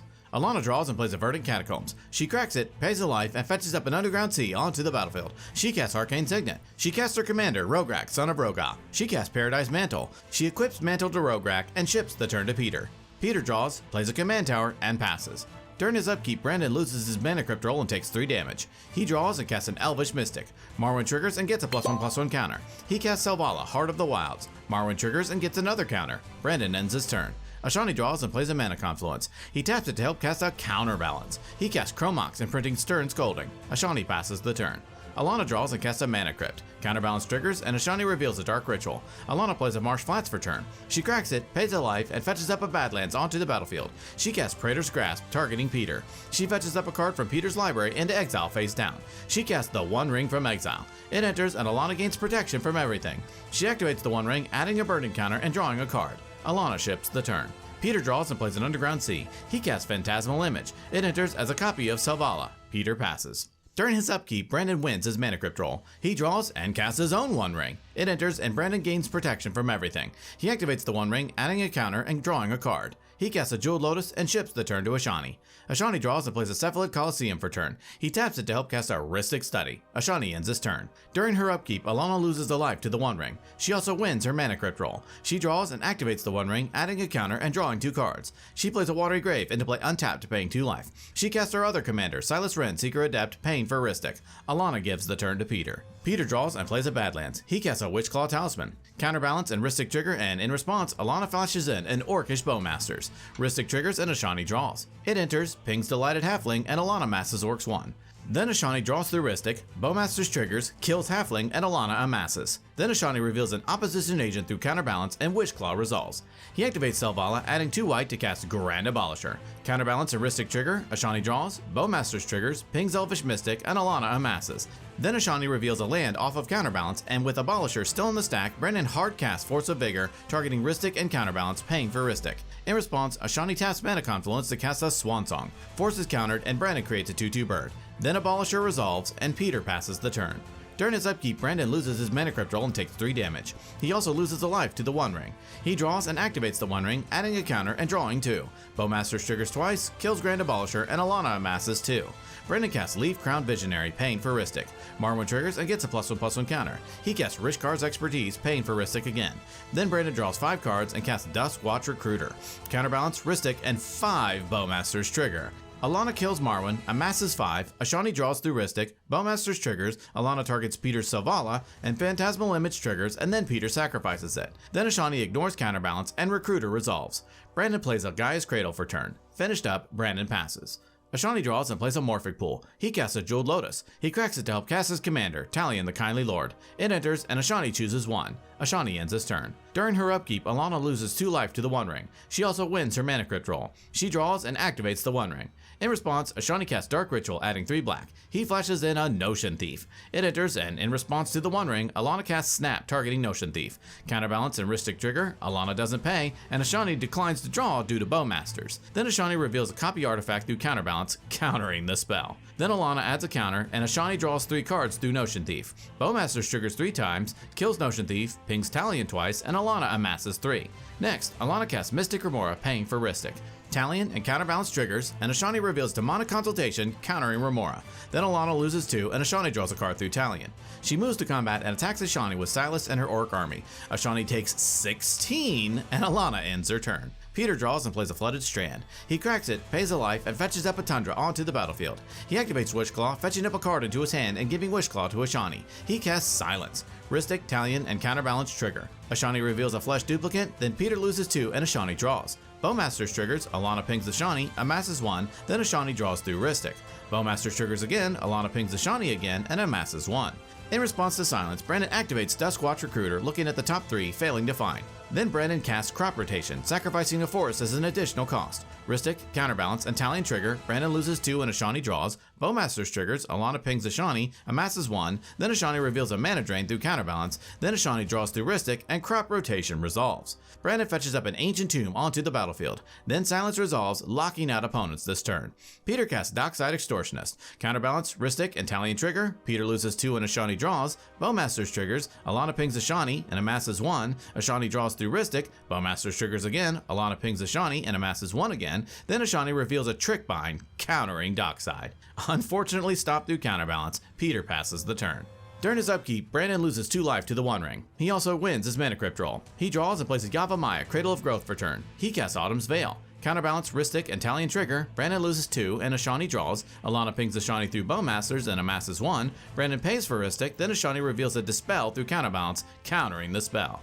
Brandon activates the One Ring, adding a counter and drawing 3 cards. Bowmasters triggers 3 times, Alana pings Ashani for 3, and then amasses 3. He casts Scale Up, targeting Duskwatch Recruiter. Talion and Counterbalance trigger, Ashani reveals a Dispel, countering Scale Up. Brandon loses 2 and Ashani draws, then Bowmasters pings Ashani and Alana amasses. He casts Finehorn Elves. Counterbalance, Ristic, and Talion trigger, Brandon loses 2 and Ashani draws, and Alana pings Ashani with Bowmasters and amasses 1.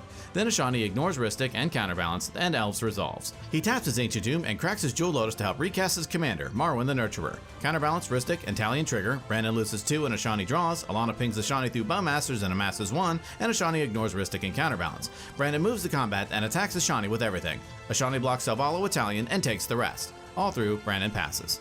Ashani draws and plays an Underground River. He activates Wishclaw. In response, Alana casts Demonic Consultation. Counterbalance, Ristic, and Talion trigger. Alana loses 2 and Ashani draws. Alana pings Ashani with Bowmasters and amasses 1. Ashani declines to draw through Ristic and then reveals an Imposter mech through Counterbalance. In response, Ashani casts Dispel, countering Consult. Then Ashani fetches up a card into his hand and gives Wishclaw to Peter. Ashani taps his Cephalid Coliseum to help cast Thassa's Oracle. It enters, and with the trigger on the stack, Ashani taps his Mana Confluence to help cast Tainted Pact. Ashani exiles all but the last 3 cards of his library, putting Cyclonic Rift into his hand. Oracle's trigger resolves, and Ashani wins the game. And Ashani gets to start us off. Ashani draws and plays a Blood Crypt into play untapped, paying 2 life. He casts a Deathrite Shaman and passes the turn. Alana draws and plays an Ancient Tomb. She casts her commander, Rograkh, son of Rograkh. She taps Ancient Tomb to help cast a Springleaf Drum. She casts Infernal Plunge, sacrificing Rograkh as an additional cost, adding 3 red. She casts the One Ring. In response, Peter casts Mindbreak Trap for its alternate cost, exiling the One Ring. Disappointed, Alana passes the turn. Peter draws and plays a City of Brass. He taps it to help cast a Birds of Paradise. Peter ends his turn. Brandon draws and plays a Forest. He casts Boreal Druid and ships the turn. Ashani draws and plays a Misty Rainforest. He cracks it, pays a life, and fetches up a Bayou onto the battlefield. He activates Deathrite Shaman, exiling his Misty Rainforest from his graveyard, adding a black. He casts Necropotence. Ashani activates Necropotence 7 times, paying 7 life, exiling 7 cards. He moves to his end step and puts the Necro cards into his hand. He passes, discarding the hand size, exiling the discarded cards. Alana draws and taps Ancient Tomb to help recast her commander, Rograkh, son of Rograkh. She plays a command tower for turn. She casts Demonic Tutor, fetching up a card into her hand. Alana gives the turn to Peter. Peter draws and plays a Tropical Island. He taps City of Brass to help cast a Wishclaw Talisman. Peter passes to Brandon. Brandon draws and plays a Forest. He casts his commander, Marwyn the Nurturer. He passes. Ashani skips his draw step due to Necropotence. He plays a Nurturing Peatland for turn. He casts Ragavan, Nimble Pilferer. He activates Necropotence 10 times, paying 10 life, exiling 10 cards. He moves to his end step and puts the Necro cards into his hand. He casts Dark Ritual, adding 3 black. He casts Cabal Ritual, adding 3 more black. He casts Entomb, fetching up a Squee the Immortal into his graveyard. He taps Nurturing Peatland to help cast Assassin's Trophy, targeting Marwyn. Marwyn is destroyed, and Brandon fetches up a Forest onto the battlefield. Then Ashani activates Deathrite Shaman, exiling Alana's Demonic Tutor, and each opponent loses 2 life. Then Ashani discards the hand size, exiling the discarded cards. Alana draws and plays a Verdant Catacombs. She casts Wheel of Fortune. In response, Brandon casts Force of Vigor for its alternate cost, exiling a green card, targeting Necropotence and Witchclaw Talisman. Both are destroyed, then Wheel resolves. Each player discards their hand and draws 7. Next, Alana cracks Verdant Catacombs, pays a life, and fetches up an Underground Sea onto the battlefield. She casts a Mana Crypt. Alana ends her turn. Peter draws and casts Chrome Mox, imprinting Savine's Reclamation. He taps City of Brass to help cast Culling Ritual. In response, Alana casts Flusterstorm with all copies targeting Ritual, countering the spell. Peter passes. Brandon draws and plays a Gaia's Cradle. He recasts his commander, Marwyn the Nurturer. Brandon ends his turn. Ashani draws and moves to combat. He attacks Peter with Ragavan. Peter takes it, Ragavan triggers, Ashani creates a treasure, and Peter exiles a Snap off of the top of his library. In his second main phase, Ashani plays a Polluted Delta. He cracks it, pays a life, and fetches up an Overgrown Tomb onto the battlefield untapped, paying 2 life. He activates Deathrite Shaman, exiling Polluted Delta, adding a black. He casts a Culling Ritual of his own. Each non-land permanent with mana value 2 or less is destroyed, and Ashani adds 3 green and 4 black. He casts Ad Nauseam. Ashani reveals a Final Fortune, Mana Crypt, Command Tower, Worldly Tutor, Wheel of Fortune, Exotic Orchard, City of Brass, Veil of Summer, Rite of Flame, Raid of Filth, Taiga, Boseiju Who Endures, and an Underworld Breach, deciding to stop there. He casts Rite of Flame, adding 2 red. He casts Mana Crypt. He casts Final Fortune, getting an extra turn. He casts his commander, Corval, Fake-Cursed King. It enters, and Ashani sacrifices Nurturing Peatland. Corval triggers, gets a +1/+1 counter, and Ashani draws. Ashani moves to his next turn, discarding the hand size. During his upkeep, Ashani loses his Mana Crypt roll and takes 3 damage. He draws and plays an Exotic Orchard. He casts Underworld Breach. He casts Rain of Filth. He sacrifices Blood Crypt to Rain of Filth, adding a black. Corval triggers, gets a counter, and Ashani draws. He sacrifices Overgrown Tomb, adding a black, drawing through Corval. He escapes Cabal Ritual with Threshold, adding 5 black. He escapes Animate Dead, returning Dosen, the Falling Leaf, from his graveyard to the battlefield. He casts Food Chain. He activates Food Chain, exiling Corval, adding 6 red. He casts Squee from his graveyard through its ability. He exiles Squee to Food Chain, adding 4 red. He presents a loop of casting and exiling Squee over and over, netting infinite red. He uses that red to repeat the loop, adding infinite black and infinite green. He escapes Mayhem Devil. He recasts his commander, Corval, sacrificing Squee and drawing a card through Corval, pinging Alana through Mayhem Devil. He escapes Entomb, fetching up Skirk Prospector into his graveyard. He escapes Skirk Prospector. He activates Skirk, sacrificing Squee, adding a red. Mayhem Devil triggers and pings Alana. He presents a loop of casting Squee from his graveyard with his infinite mana, then sacrificing it to Skirk for a red, pinging an opponent. He does this over and over until the table is dead, and Ashani wins the game.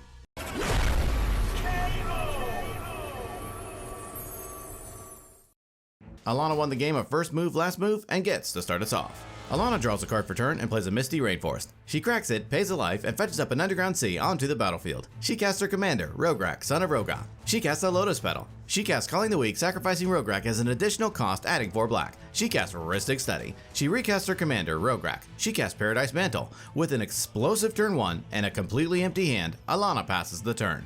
Matt draws and plays a Flooded Strand. He cracks it, pays a life, and fetches up a Tropical Island onto the battlefield. He casts a Jeweled Lotus. Rhystic triggers and Alana draws. He cracks his Lotus to help cast his commander, Krark the Thumbless, and Alana draws again. He casts Nature's Claim, targeting Rhystic Study. Krark and Rhystic both trigger. Alana draws, then he wins his Krark roll, copying Nature's Claim, targeting Paradise Mantle. Both are destroyed, and Alana gains 8 life. Finished up, Matt passes to Zach. Zach draws and plays a Plateau. He casts a Mana Crypt. He casts Ragavan, Nimble Pilferer. He casts Skull Clamp. Zach ends his turn. John draws and plays a Tarnished Citadel. He casts a Mana Crypt. He casts a Mox Diamond, discarding Misty Rainforest. He casts Abundant Growth. It enters, and John draws a card. He casts Noble Hierarch. John chips the turn. Alana draws and plays an Ottawara, Soaring City. She casts Grim Monolith and gives the turn to Matt. Matt draws and plays a Volcanic Island. He casts a Mana Crypt. He casts Veyran, Voice of Duality. He moves to combat and attacks Alana with Krark. Alana takes it, and Matt passes the turn. During his upkeep, Zach wins his Mana Crypt roll. He draws and moves to combat. He attacks John with Ragavan. John takes it, Ragavan triggers, Zach creates a treasure, and John exiles a Lotus Petal off of the top of his library. In his second main phase, Zach plays a Savannah. He casts Yasharn, Implacable Earth. In response, Matt pays 2 life to cast Noxious Revival, targeting Nature's Claim in his graveyard. Krark triggers twice through Veyran. Matt wins the flip, copying it, also targeting Nature's Claim. He loses his second flip, returning Noxious Revival to his hand. He pays 2 life to cast Noxious Revival again, targeting Misty Rainforest in John's graveyard. Krark triggers twice, he loses the first flip, returning Noxious Revival to his hand, and then loses his second flip. He pays 2 life to cast Noxious Revival again, targeting Misty Rainforest. Krark triggers twice, he loses his first flip, returning Noxious to his hand, and then wins his second flip, copying Noxious, putting Misty Rainforest onto the top of John's library. He pays 2 life to cast Noxious Revival again, targeting Misty Rainforest in Alana's graveyard. Krark triggers twice, he loses his first flip, returning Noxious to his hand, and then wins his second flip, copying Noxious. Then Alana puts Misty Rainforest onto the top of her library. Then Yasharn enters, and Zach fetches up a Plains and a Forest into his hand. He casts Lotus Petal from exile through Ragavan. Finished up, Zach passes to John. During his upkeep, John wins his Mana Crypt roll. He draws and plays a Plateau. He casts his commander, Aragorn the Uniter. John ends his turn. Alana draws, plays a Misty Rainforest, and passes. During his upkeep, Matt loses his Mana Crypt roll and takes 3 damage. He draws and casts Nature's Claim, targeting Zach's Mana Crypt. Veyron gets +2/+2, and Krark triggers twice. He loses his first flip, returning Nature's Claim to his hand, and then loses his second flip. Matt ships the turn. During his upkeep, Zach wins his Mana Crypt roll. He draws and plays a Forest. He moves to combat and attacks Alana with Ragavan. Alana takes it, Ragavan triggers, Zach creates a treasure, and Alana exiles Mnemonic Betrayal. In his second main phase, Zach casts Wild Growth. He casts Wandering Archaic. Zach ends his turn. During his upkeep, John loses his Mana Crypt roll and takes 3 damage. He draws and plays a Misty Rainforest. He casts Displacer Kitten. Aragorn triggers and John scries too. He moves to combat and attacks Matt with Aragorn. Noble Hierarch's Exalted triggers and Aragorn gets +1/+1. In response, Matt casts Essence Flux, targeting Krark. Veyron triggers twice, Krark triggers twice, and Wandering Archaic triggers. In response, John hard casts Mental Misstep, targeting Essence Flux. Displacer Kitten, Aragorn, and Wandering Archaic triggers. Zach copies Mental Misstep, targeting Essence Flux. Essence Flux is countered, then John scries 2, then Displacer Kitten flickers Abundant Growth. It enters and John draws a card. Then Mental Misstep fizzles, and then Matt pays for Wandering Archaic. He then wins his Krark flip, copying Essence Flux, targeting Krark. Veyron triggers twice and gets +2/+2. Then Krark flickers. He wins a second Krark flip, copying Essence Flux, targeting Krark again. Veyron triggers and gets an additional +2/+2. Then Krark flickers again. Matt blocks Aragorn with his 8/8 Veyron. Aragorn dies, and then John passes the turn. Alana draws, takes no actions, and passes to Matt. During his upkeep, Matt wins his Mana Crypt roll. He draws and casts his commander, Thrasios Triton Hero. Matt ends his turn. During his upkeep, Zach wins his Mana Crypt roll. He draws and moves to combat. He attacks John with Wandering Archaic and Alana with Ragavan. They both take it, Ragavan triggers, Zach creates a treasure, and Alana exiles a Polluted Delta. In his second main phase, he casts Kenrith's Transformation, targeting Krark. It enters and Zach draws. He equips Skull Clamp to Ragavan, killing it and drawing 2 cards. He plays a Plains for turn. He casts Duraneth Magistrate. He casts Mother of Runes. He casts an Arbor Elf. With nothing else, Zach ships the turn to John. During his upkeep, John wins his Mana Crypt roll. He draws and casts Phantasmal Image. It enters as a copy of Wandering Archaic. John passes the turn.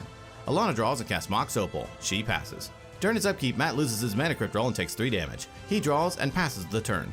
During his upkeep, Zach wins his Mana Crypt roll. He draws and casts Finehorn Elves. He equips Skull Clamp to Finehorn Elves, killing it and drawing 2 cards. He equips Skull Clamp to Yasharn. He casts Stony Silence. In response, Matt activates Thrasios, scrying 1 and revealing a Cavern of Souls onto the battlefield tapped, naming Wizard as it enters. Stony Silence resolves and Zach moves to combat. He attacks John with Yasharn. John takes 5 and Zach passes the turn. During his upkeep, John loses his Mana Crypt roll and takes 3 damage. He draws, takes no actions, and passes. Alana draws and passes. During his upkeep, Matt wins his Mana Crypt roll. He draws and passes as well. During his upkeep, Zach wins his Mana Crypt roll. He draws and casts his commander, Ardent Intrepid Archaeologist. He activates Arbor Elf, untapping Savannah. He moves to combat and Ardent triggers, and in response, Matt casts Nature's Claim, targeting Skull Clamp. 2 Veyron trigger and 2 Wandering Archaics trigger. John copies Nature's Claim, targeting Wild Growth. Wild Growth is destroyed and Zach gains 4 life. Then Zach copies Nature's Claim, targeting Alana's Grim Monolith. Monolith is destroyed and Alana gains 4 life. Then Veyron gets +2/+2, and then the original Nature's Claim resolves. Zach's Skull Clamp is destroyed and Zach gains 4 life. Zach attacks Alana with Yasharn and Wandering Archaic. Alana takes it, and in his second main phase, Zach plays a Windswept Heath. He passes. During his upkeep, John loses his Mana Crypt roll and takes 3 damage. He draws and passes the turn. Alana draws, plays an Arid Mesa, and passes. During his upkeep, Matt wins his Mana Crypt roll. He draws and passes to Zach. During his upkeep, Zach loses his Mana Crypt roll and takes 3 damage. He draws and moves to combat. He attacks Alana with Arden and attacks Matt with Yasharn and Wandering Archaic. They both take it, and in his second main phase, Zach casts Rest in Peace. In response, Matt hard casts Noxious Revival, targeting Nature's Claim in his graveyard. 2 Wandering Archaics trigger, John ignores his trigger, and then Zach copies it, putting Skull Clamp onto the top of his library. Then Matt puts Nature's Claim onto the top of his library. Then Rest in Peace resolves and exiles all graveyards. Zach passes. At the end of Zach's turn, John channels Beseiju, who endures, targeting Rest in Peace. Rest in Peace is destroyed, and then Zach fetches up a Temple Garden onto the battlefield tapped. The turn moves to John. During his upkeep, John wins his mana crypt roll. He draws and plays a command tower. He hardcasts Elvish Spirit Guide. Everyone realizes that they are at that point in the game, and then John passes the turn. Alana draws, takes no actions, and passes. During his upkeep, Matt loses his mana crypt roll and takes 3 damage. He draws and casts Nature's Claim, targeting Stony Silence. Veyron triggers twice, and 2 Wandering Archaics trigger. John copies it, targeting Zach's mana crypt. Crypt is destroyed, and Zach gains 4 life. Then Zach copies it, targeting John's Abundant Growth.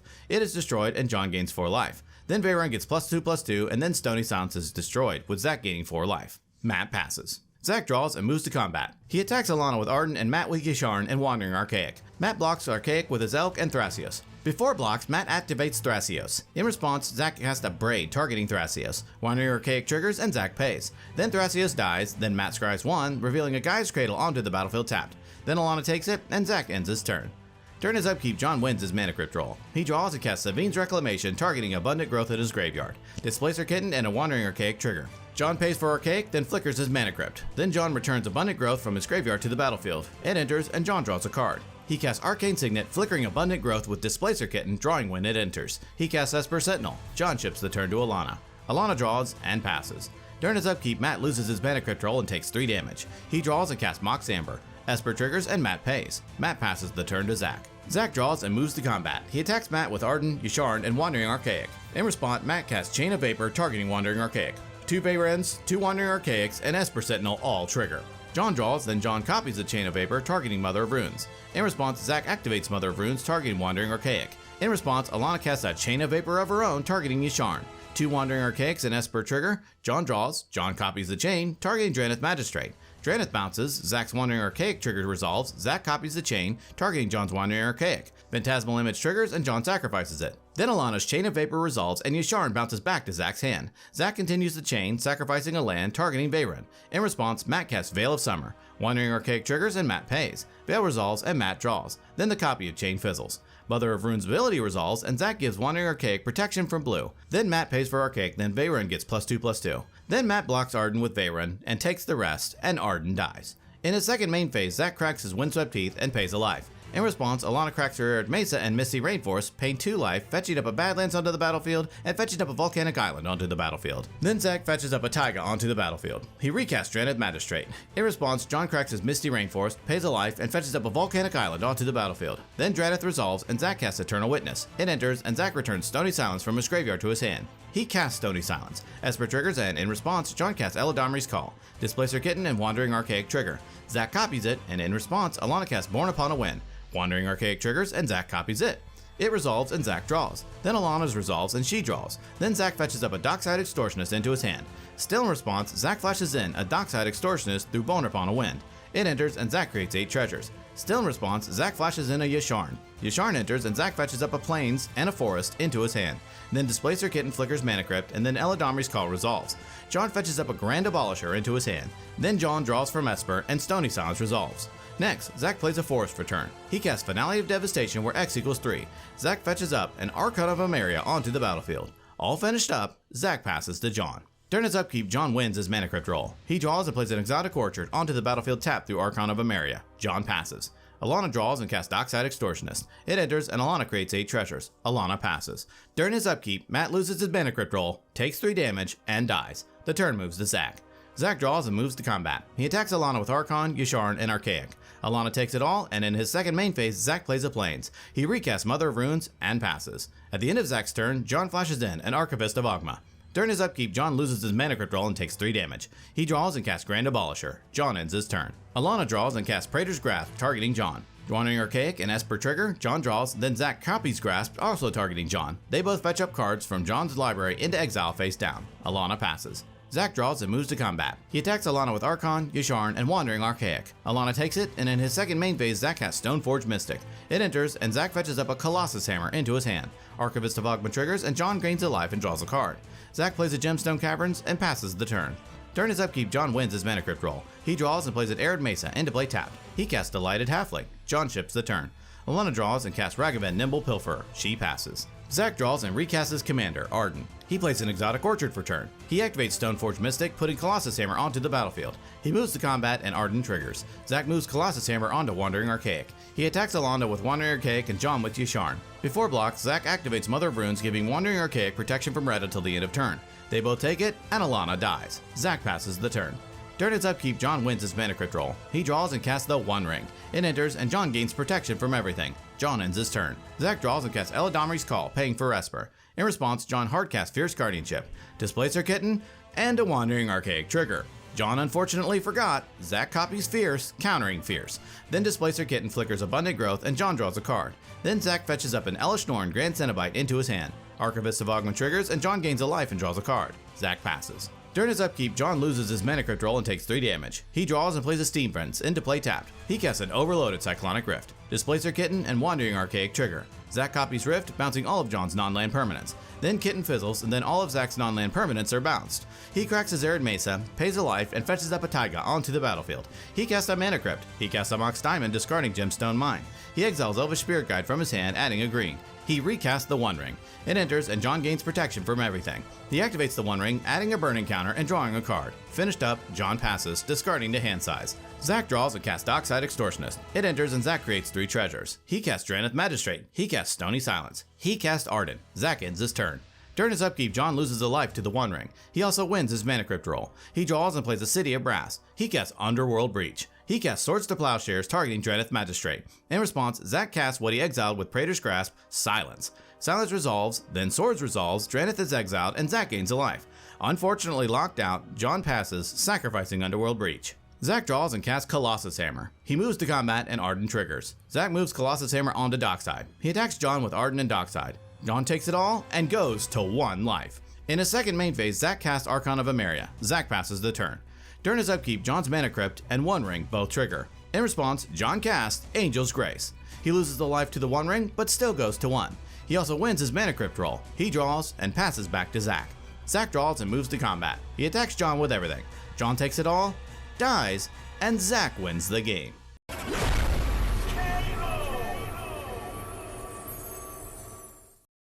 Sasha won the branded hashtag challenge and gets to start us off. Sasha draws a card for turn and plays a command tower. She casts a Mox Amber. She casts her commander, Rograkh, son of Rograkh. She casts Wishclaw Talisman. She passes.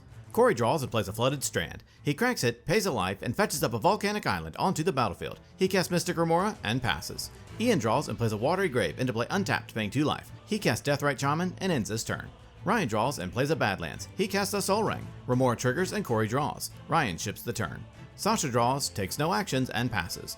During his upkeep, Corey pays to keep his Remora. He draws, takes no actions, and passes, discarding to hand size. Ian draws and plays a Beseju, who endures as his land for turn. He casts Elves of Deep Shadow. He activates Deathrite Shaman, exiling a land from Corey's graveyard to help cast Polywog Prodigy. Ian ends his turn. Ryan draws and plays a Wooded Foothills. He cracks it, pays a life, and fetches up a Blood Crypt onto the battlefield untapped, paying 2 life. He casts his commander, Ob Nixilis, Captive Kingpin. Ryan gives the turn to Sasha. Sasha draws and casts Rite of Flame. Remora triggers and Corey draws a card. Then Sasha adds 2 red. She casts Rhystic Study. In response, Ian casts Force of Negation for its alternate cost, exiling a blue card. Remora triggers and Corey draws again. Rhystic is countered and exiled, and Sasha passes to Corey. During his upkeep, Corey lets his Remora die. He draws and casts Rite of Flame, adding 3 red due to Sasha's Rite of Flame in her graveyard. He casts a Soul Ring. He casts Dockside Extortionist. It enters, and Corey creates 3 treasures. He dashes in Ragavan, Nimble Pilferer. He moves to combat and attacks Sasha with Ragavan. She takes it, Ragavan triggers, Corey creates a treasure, and Sasha exiles a Demonic Tutor off of the top of her library.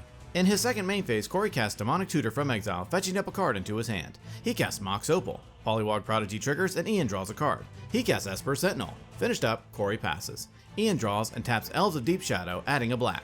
Ob Nixilis triggers, gets a +1/+1 counter, and Ryan exiles a command tower off of the top of his library.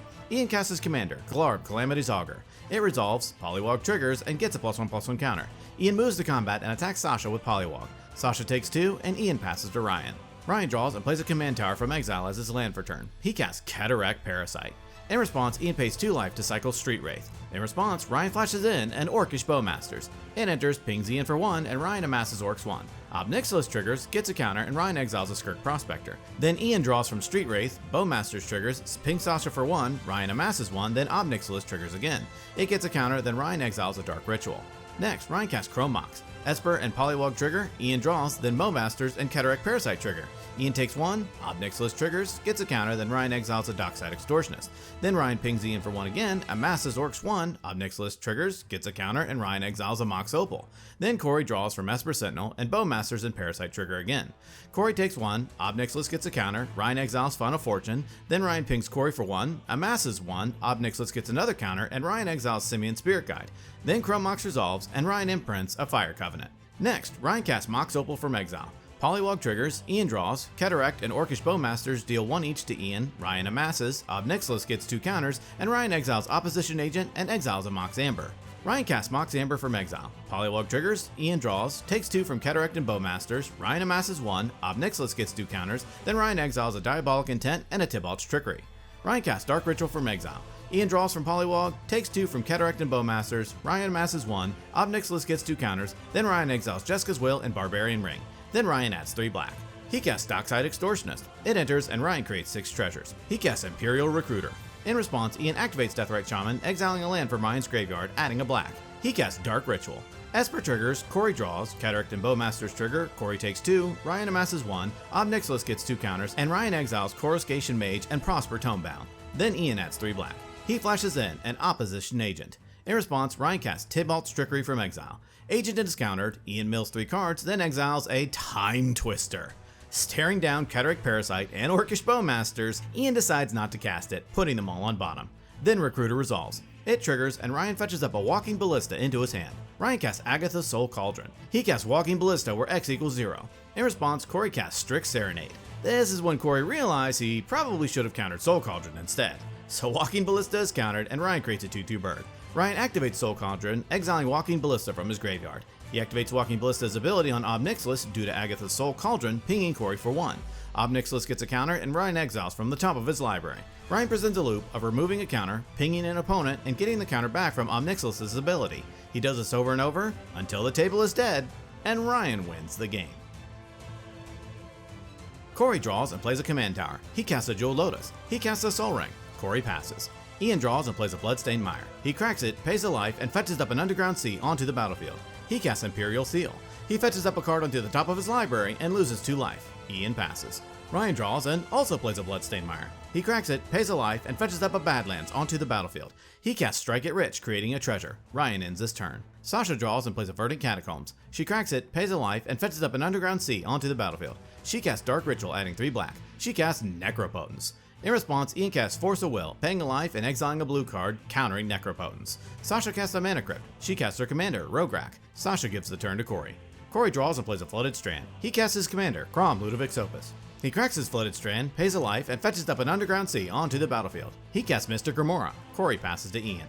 Ian draws and plays a Bayou. He casts Chrome Mox. Remora triggers and Corey draws. It resolves and Ian imprints a Swan Song. He casts his commander, Glarb. Crom triggers and Corey draws again. Glarb resolves and Ian passes the turn. Ryan draws and casts Dark Ritual. Remora triggers and Corey draws a card. Then Ryan adds 3 black. He casts his commander, Obnixilis. Crom triggers and Corey draws again. Ryan ends his turn. During her upkeep, Sasha wins her Mana Crypt roll. She draws and plays a Misty Rainforest. She cracks it and pays a life. Obnixilis triggers, gets a counter, and Ryan exiles a Mayhem Devil. Then Sasha fetches up a Volcanic Island onto the battlefield. She casts Witchclaw Talisman. Remora triggers and Corey draws. She activates Witchclaw, fetching up a card into her hand and giving Witchclaw to Ian. Sasha passes. During his upkeep, Corey lets his Remora die. He draws and plays a City of Brass. He casts Cabal Ritual, adding 3 black. He casts Necropotence. He taps City of Brass, taking the damage. Obnixilis triggers, gets a counter, and Ryan exiles a Cabal Ritual. Corey casts Valley Flood Caller. Next, Corey activates Necropotence 30 times, paying 30 life, exiling 30 cards. Obnixilis triggers 30 times, gets 30 counters, and Ryan exiles 30 cards. Corey moves to his instep and puts the Necro cards into his hand. In the instep, Corey flashes in a Mana Crypt through Valley Flood Caller. He casts a Chrome Mox, imprinting Pyroblast. He casts Rite of Flame, adding 2 red. He casts a Mana Ball. He casts Final Fortune, getting an extra turn. He casts Talisman of Dominance. He casts Talisman of Progress. Corey discards the hand size, exiling the discarded cards, moving to his next turn. During its upkeep, Corey wins his Mana Crypt roll. He skips his draw step due to Necropotence. In his main phase, he casts Gamble. He fetches up a card into his hand and then randomly discards a Savine's Reclamation, exiling it through Necropotence. Corey taps his Talisman for blue, taking a damage. Obnixilis triggers, gets a counter, and Ryan exiles an Orcish Bowmasters. Corey casts Mystical Tutor, fetching up a Demonic Consultation onto the top of his library. He casts Dockside Extortionist. It enters and Corey creates 3 treasures. He taps his other talisman for white, taking a damage. Obnixilis triggers, gets a counter, and Ryan exiles a card. Corey casts his commander, Timna the Weaver. He moves to Crombat and attacks Sasha with Crom. Sasha takes it, and in his second main phase, Corey pays a life and draws a card through Timna. Obnixilis triggers, gets a counter, and Ryan exiles another card. Corey taps his City of Brass, taking a damage. Ob triggers, gets a counter, and Ryan exiles a card. Corey casts Tainted Pact. He exiles from the top of his library until he reveals a Thassa's Oracle, putting it into his hand. He casts Thassa's Oracle. It enters, and since his library was almost entirely exiled with Tainted Pact, Corey wins the game. Ashani won the Savage Challenge and gets to start us off. Ashani draws a card for turn and plays an Ottawar, Soaring City. He casts a Mystic Remora and passes the turn. Alex draws and plays a Polluted Delta. He cracks it, pays a life, and fetches up an Underground Sea onto the battlefield. He casts his commander, Rograkh, son of Rograkh. He casts Culling the Weak, sacrificing Rograkh as an additional cost. Remora triggers and Ashani draws. Then Alex adds 4 black. He casts Necropotence. Remora triggers and Ashani draws again. He activates Necropotence 10 times, paying 10 life, exiling 10 cards. He moves to his end step and puts the Necro cards into his hand. He passes, discarding to hand size, exiling the discarded cards. Matt draws and casts a Mana Crypt. Remora triggers and Ashani draws. He plays an island and ends his turn. Zeb draws and plays an Urborg, Tomb of Yawgmoth for turn. He casts a Lotus Petal and Ashani draws through Remora.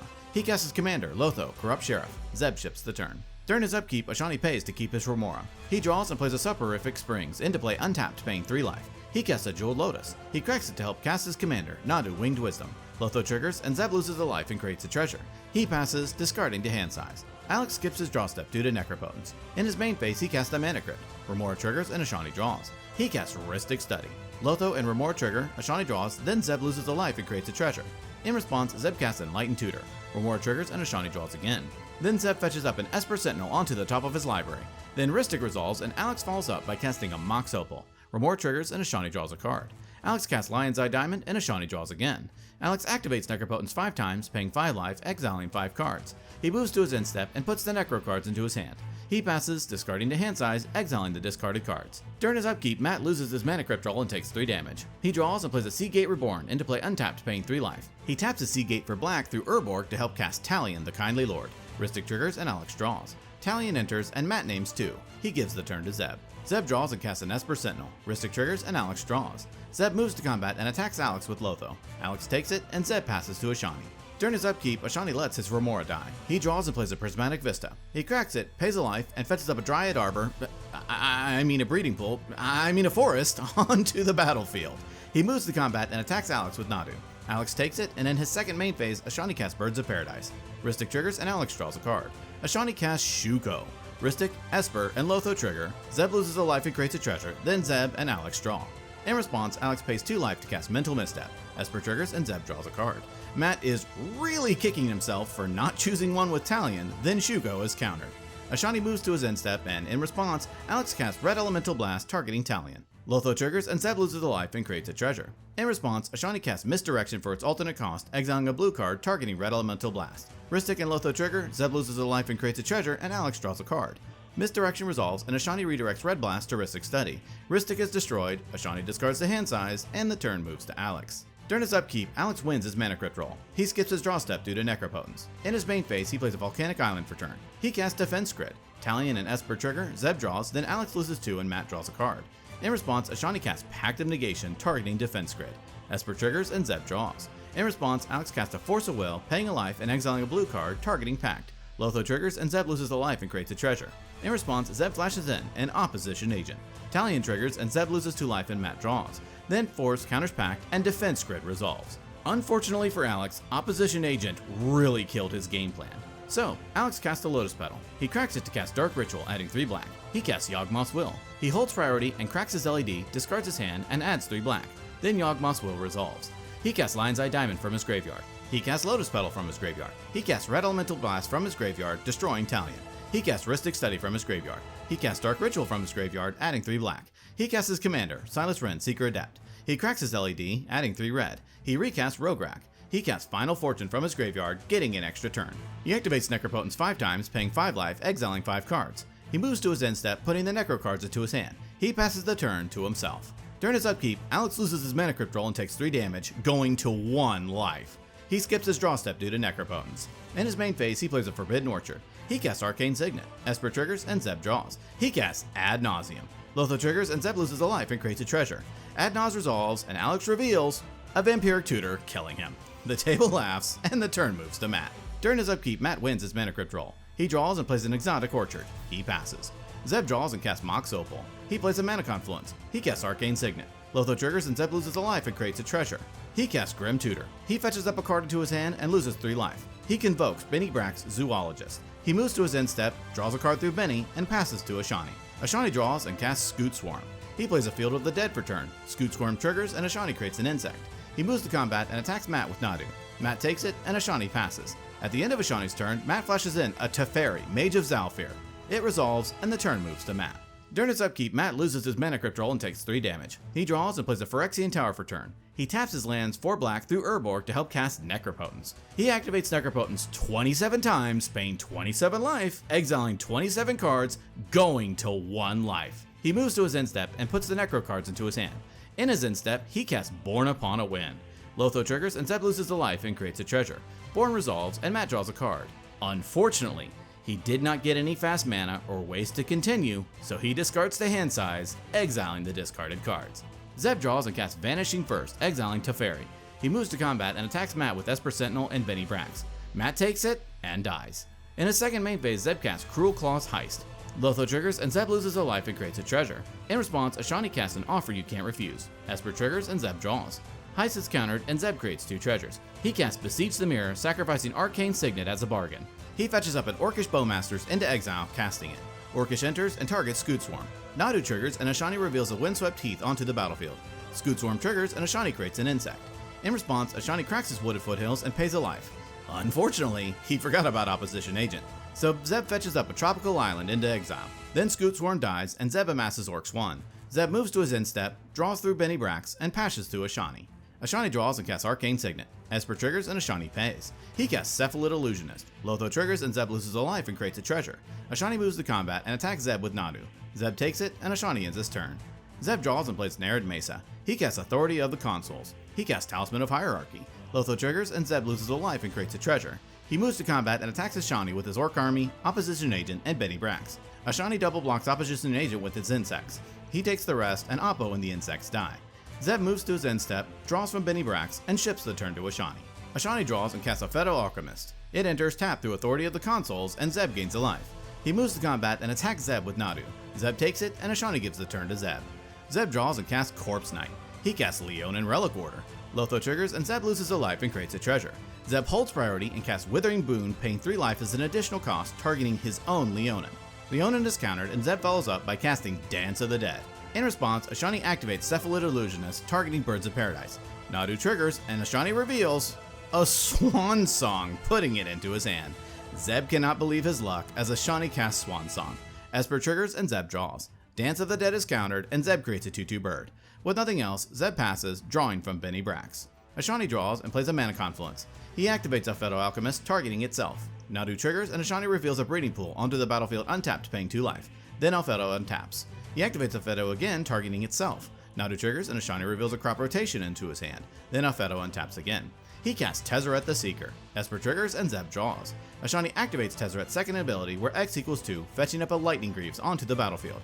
Ashani activates Lightning Greaves, targeting Cephalid Illusionist. Cephalid and Nadu triggers, Ashani reveals a Chain of Vapor into his hand, then mills 3 cards. He activates Lightning Greaves, targeting Birds of Paradise. Nadu triggers, and Ashani reveals a Dispel into his hand. He activates Greaves, targeting Cephalid Illusionist. Cephalid and Nadu trigger, Ashani reveals an Endurance into his hand, then mills 3. He activates Greaves, targeting Nadu. Nadu triggers, and Ashani reveals a Misty Rainforest onto the battlefield. Field of the Dead triggers, and Ashani creates a tapped zombie. Authority of the Consuls trigger, and Zeb gains a life. He activates Greaves, equipping it to Birds of Paradise, then moves it back to Nadu. Nadu triggers, and Ashani reveals a Polluted Delta onto the battlefield. Field triggers, Ashani creates a zombie, and Zeb gains a life. Ashani cracks Polluted Delta, pays a life, and fetches up an island onto the battlefield. Field of the Dead triggers, Ashani creates a zombie, and Zeb gains a life. He cracks his Misty Rainforest, pays a life, and fetches up a Dryad Arbor onto the battlefield, tapped through Authority of the Consuls. Field of the Dead and Authority triggers, Zeb gains a life, and Ashani creates another zombie. Authority triggers again, and Zeb gains another life. Ashani presents a loop of equipping Lightning Greaves to Cephalid Illusionist, milling 3, then equipping it to another creature. He does this 5 times, milling 5 cards. He casts Crop Rotation, sacrificing Otawara as an additional cost. Lotho triggers, and Zeb loses a life and creates a treasure. Then Ashani fetches up a Gaia's Cradle onto the battlefield. Field of the Dead triggers, Ashani creates a zombie, and Zeb gains a life. Ashani presents his loop of Lightning Greaves and Cephalid Illusionist again, milling the rest of his library. He casts Finale of Devastation where X equals 10. He fetches up a Thassa's Oracle from his graveyard onto the battlefield, and all of his creatures get +10/+10 and haste. Thassa's Oracle enters tapped, Zeb gains a life, and with no library, Ashani wins the game.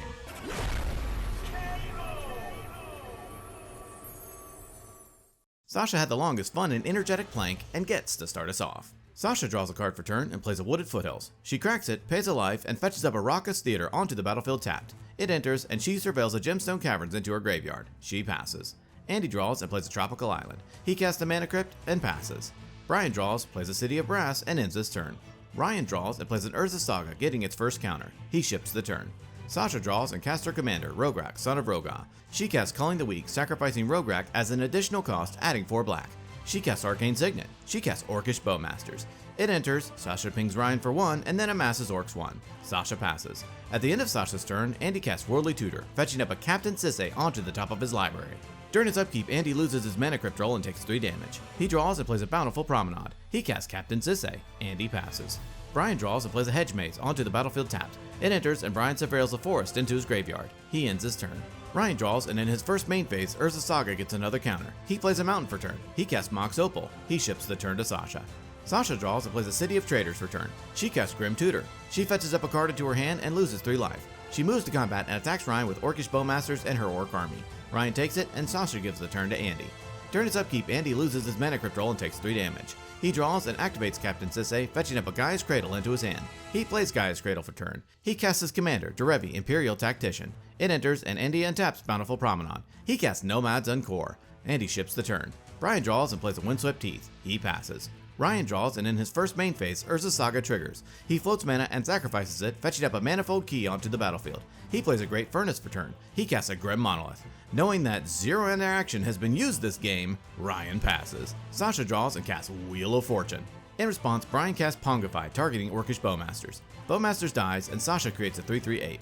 In response to Wheel, Ryan casts Seething Song, adding 5 red. He casts Thunderclap, killing Captain Sisay.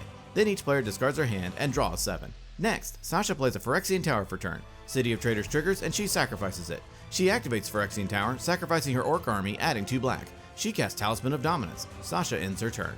During his upkeep, Andy wins his Mana Crypt roll. He draws and plays a Rejuvenating Springs. He casts Mox Amber. He casts Thrasios, Triton Hero. He casts Rhystic Study. He casts Polywog Prodigy. He moves to combat and attacks Sasha with Derevi and Brian with Nomads. In response, Sasha casts Chain of Vapor, targeting Derevi. Rhystic triggers, and Andy draws. Derevi bounces, Andy sacks a land, copies the chain, targeting Mox Amber. Amber bounces, and Andy stops the chain.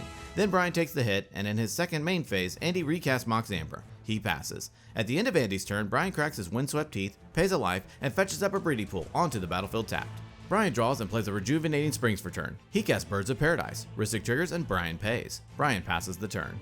Ryan draws and plays a Crystal Vein for turn. He casts Goblin Engineer, paying the Rhystic tax. It enters, and Ryan fetches up a Defense Grid into his graveyard. Ryan ends his turn. Sasha draws and plays a Polluted Delta. She cracks it, pays a life, and fetches up an Underground Sea onto the battlefield. She activates Phyrexian Tower, sacrificing her ape, adding 2 black. She casts Demonic Tutor. Rhystic triggers, and Andy draws. Then she fetches up a card into her hand. She casts Necropotence. Rhystic triggers, and Andy draws again. She activates Necropotence 9 times, paying 9 life, exiling 9 cards. She moves to her end step and puts the Necro cards into her hand. She passes, discarding to hand size, exiling the discarded cards. During his upkeep, Andy loses his Mana Crypt roll and takes 3 damage. He draws and plays a Hallowed Fountain into play untapped, paying 2 life. He recasts his commander, Derevi. It enters, and Polywog and Derevi trigger. Andy floats mana, then untaps his Gaia's Cradle. Then Polywog gets a counter. He casts Court of Calling, where X equals 3. In response, Sasha taps her Talisman to cast Flusterstorm with all copies targeting Cord. Rhystic and Polywog trigger, and Andy draws 2. Then Andy pays for Flusterstorm, and Cord resolves. He fetches up a Nadu, Winged Wisdom, onto the battlefield.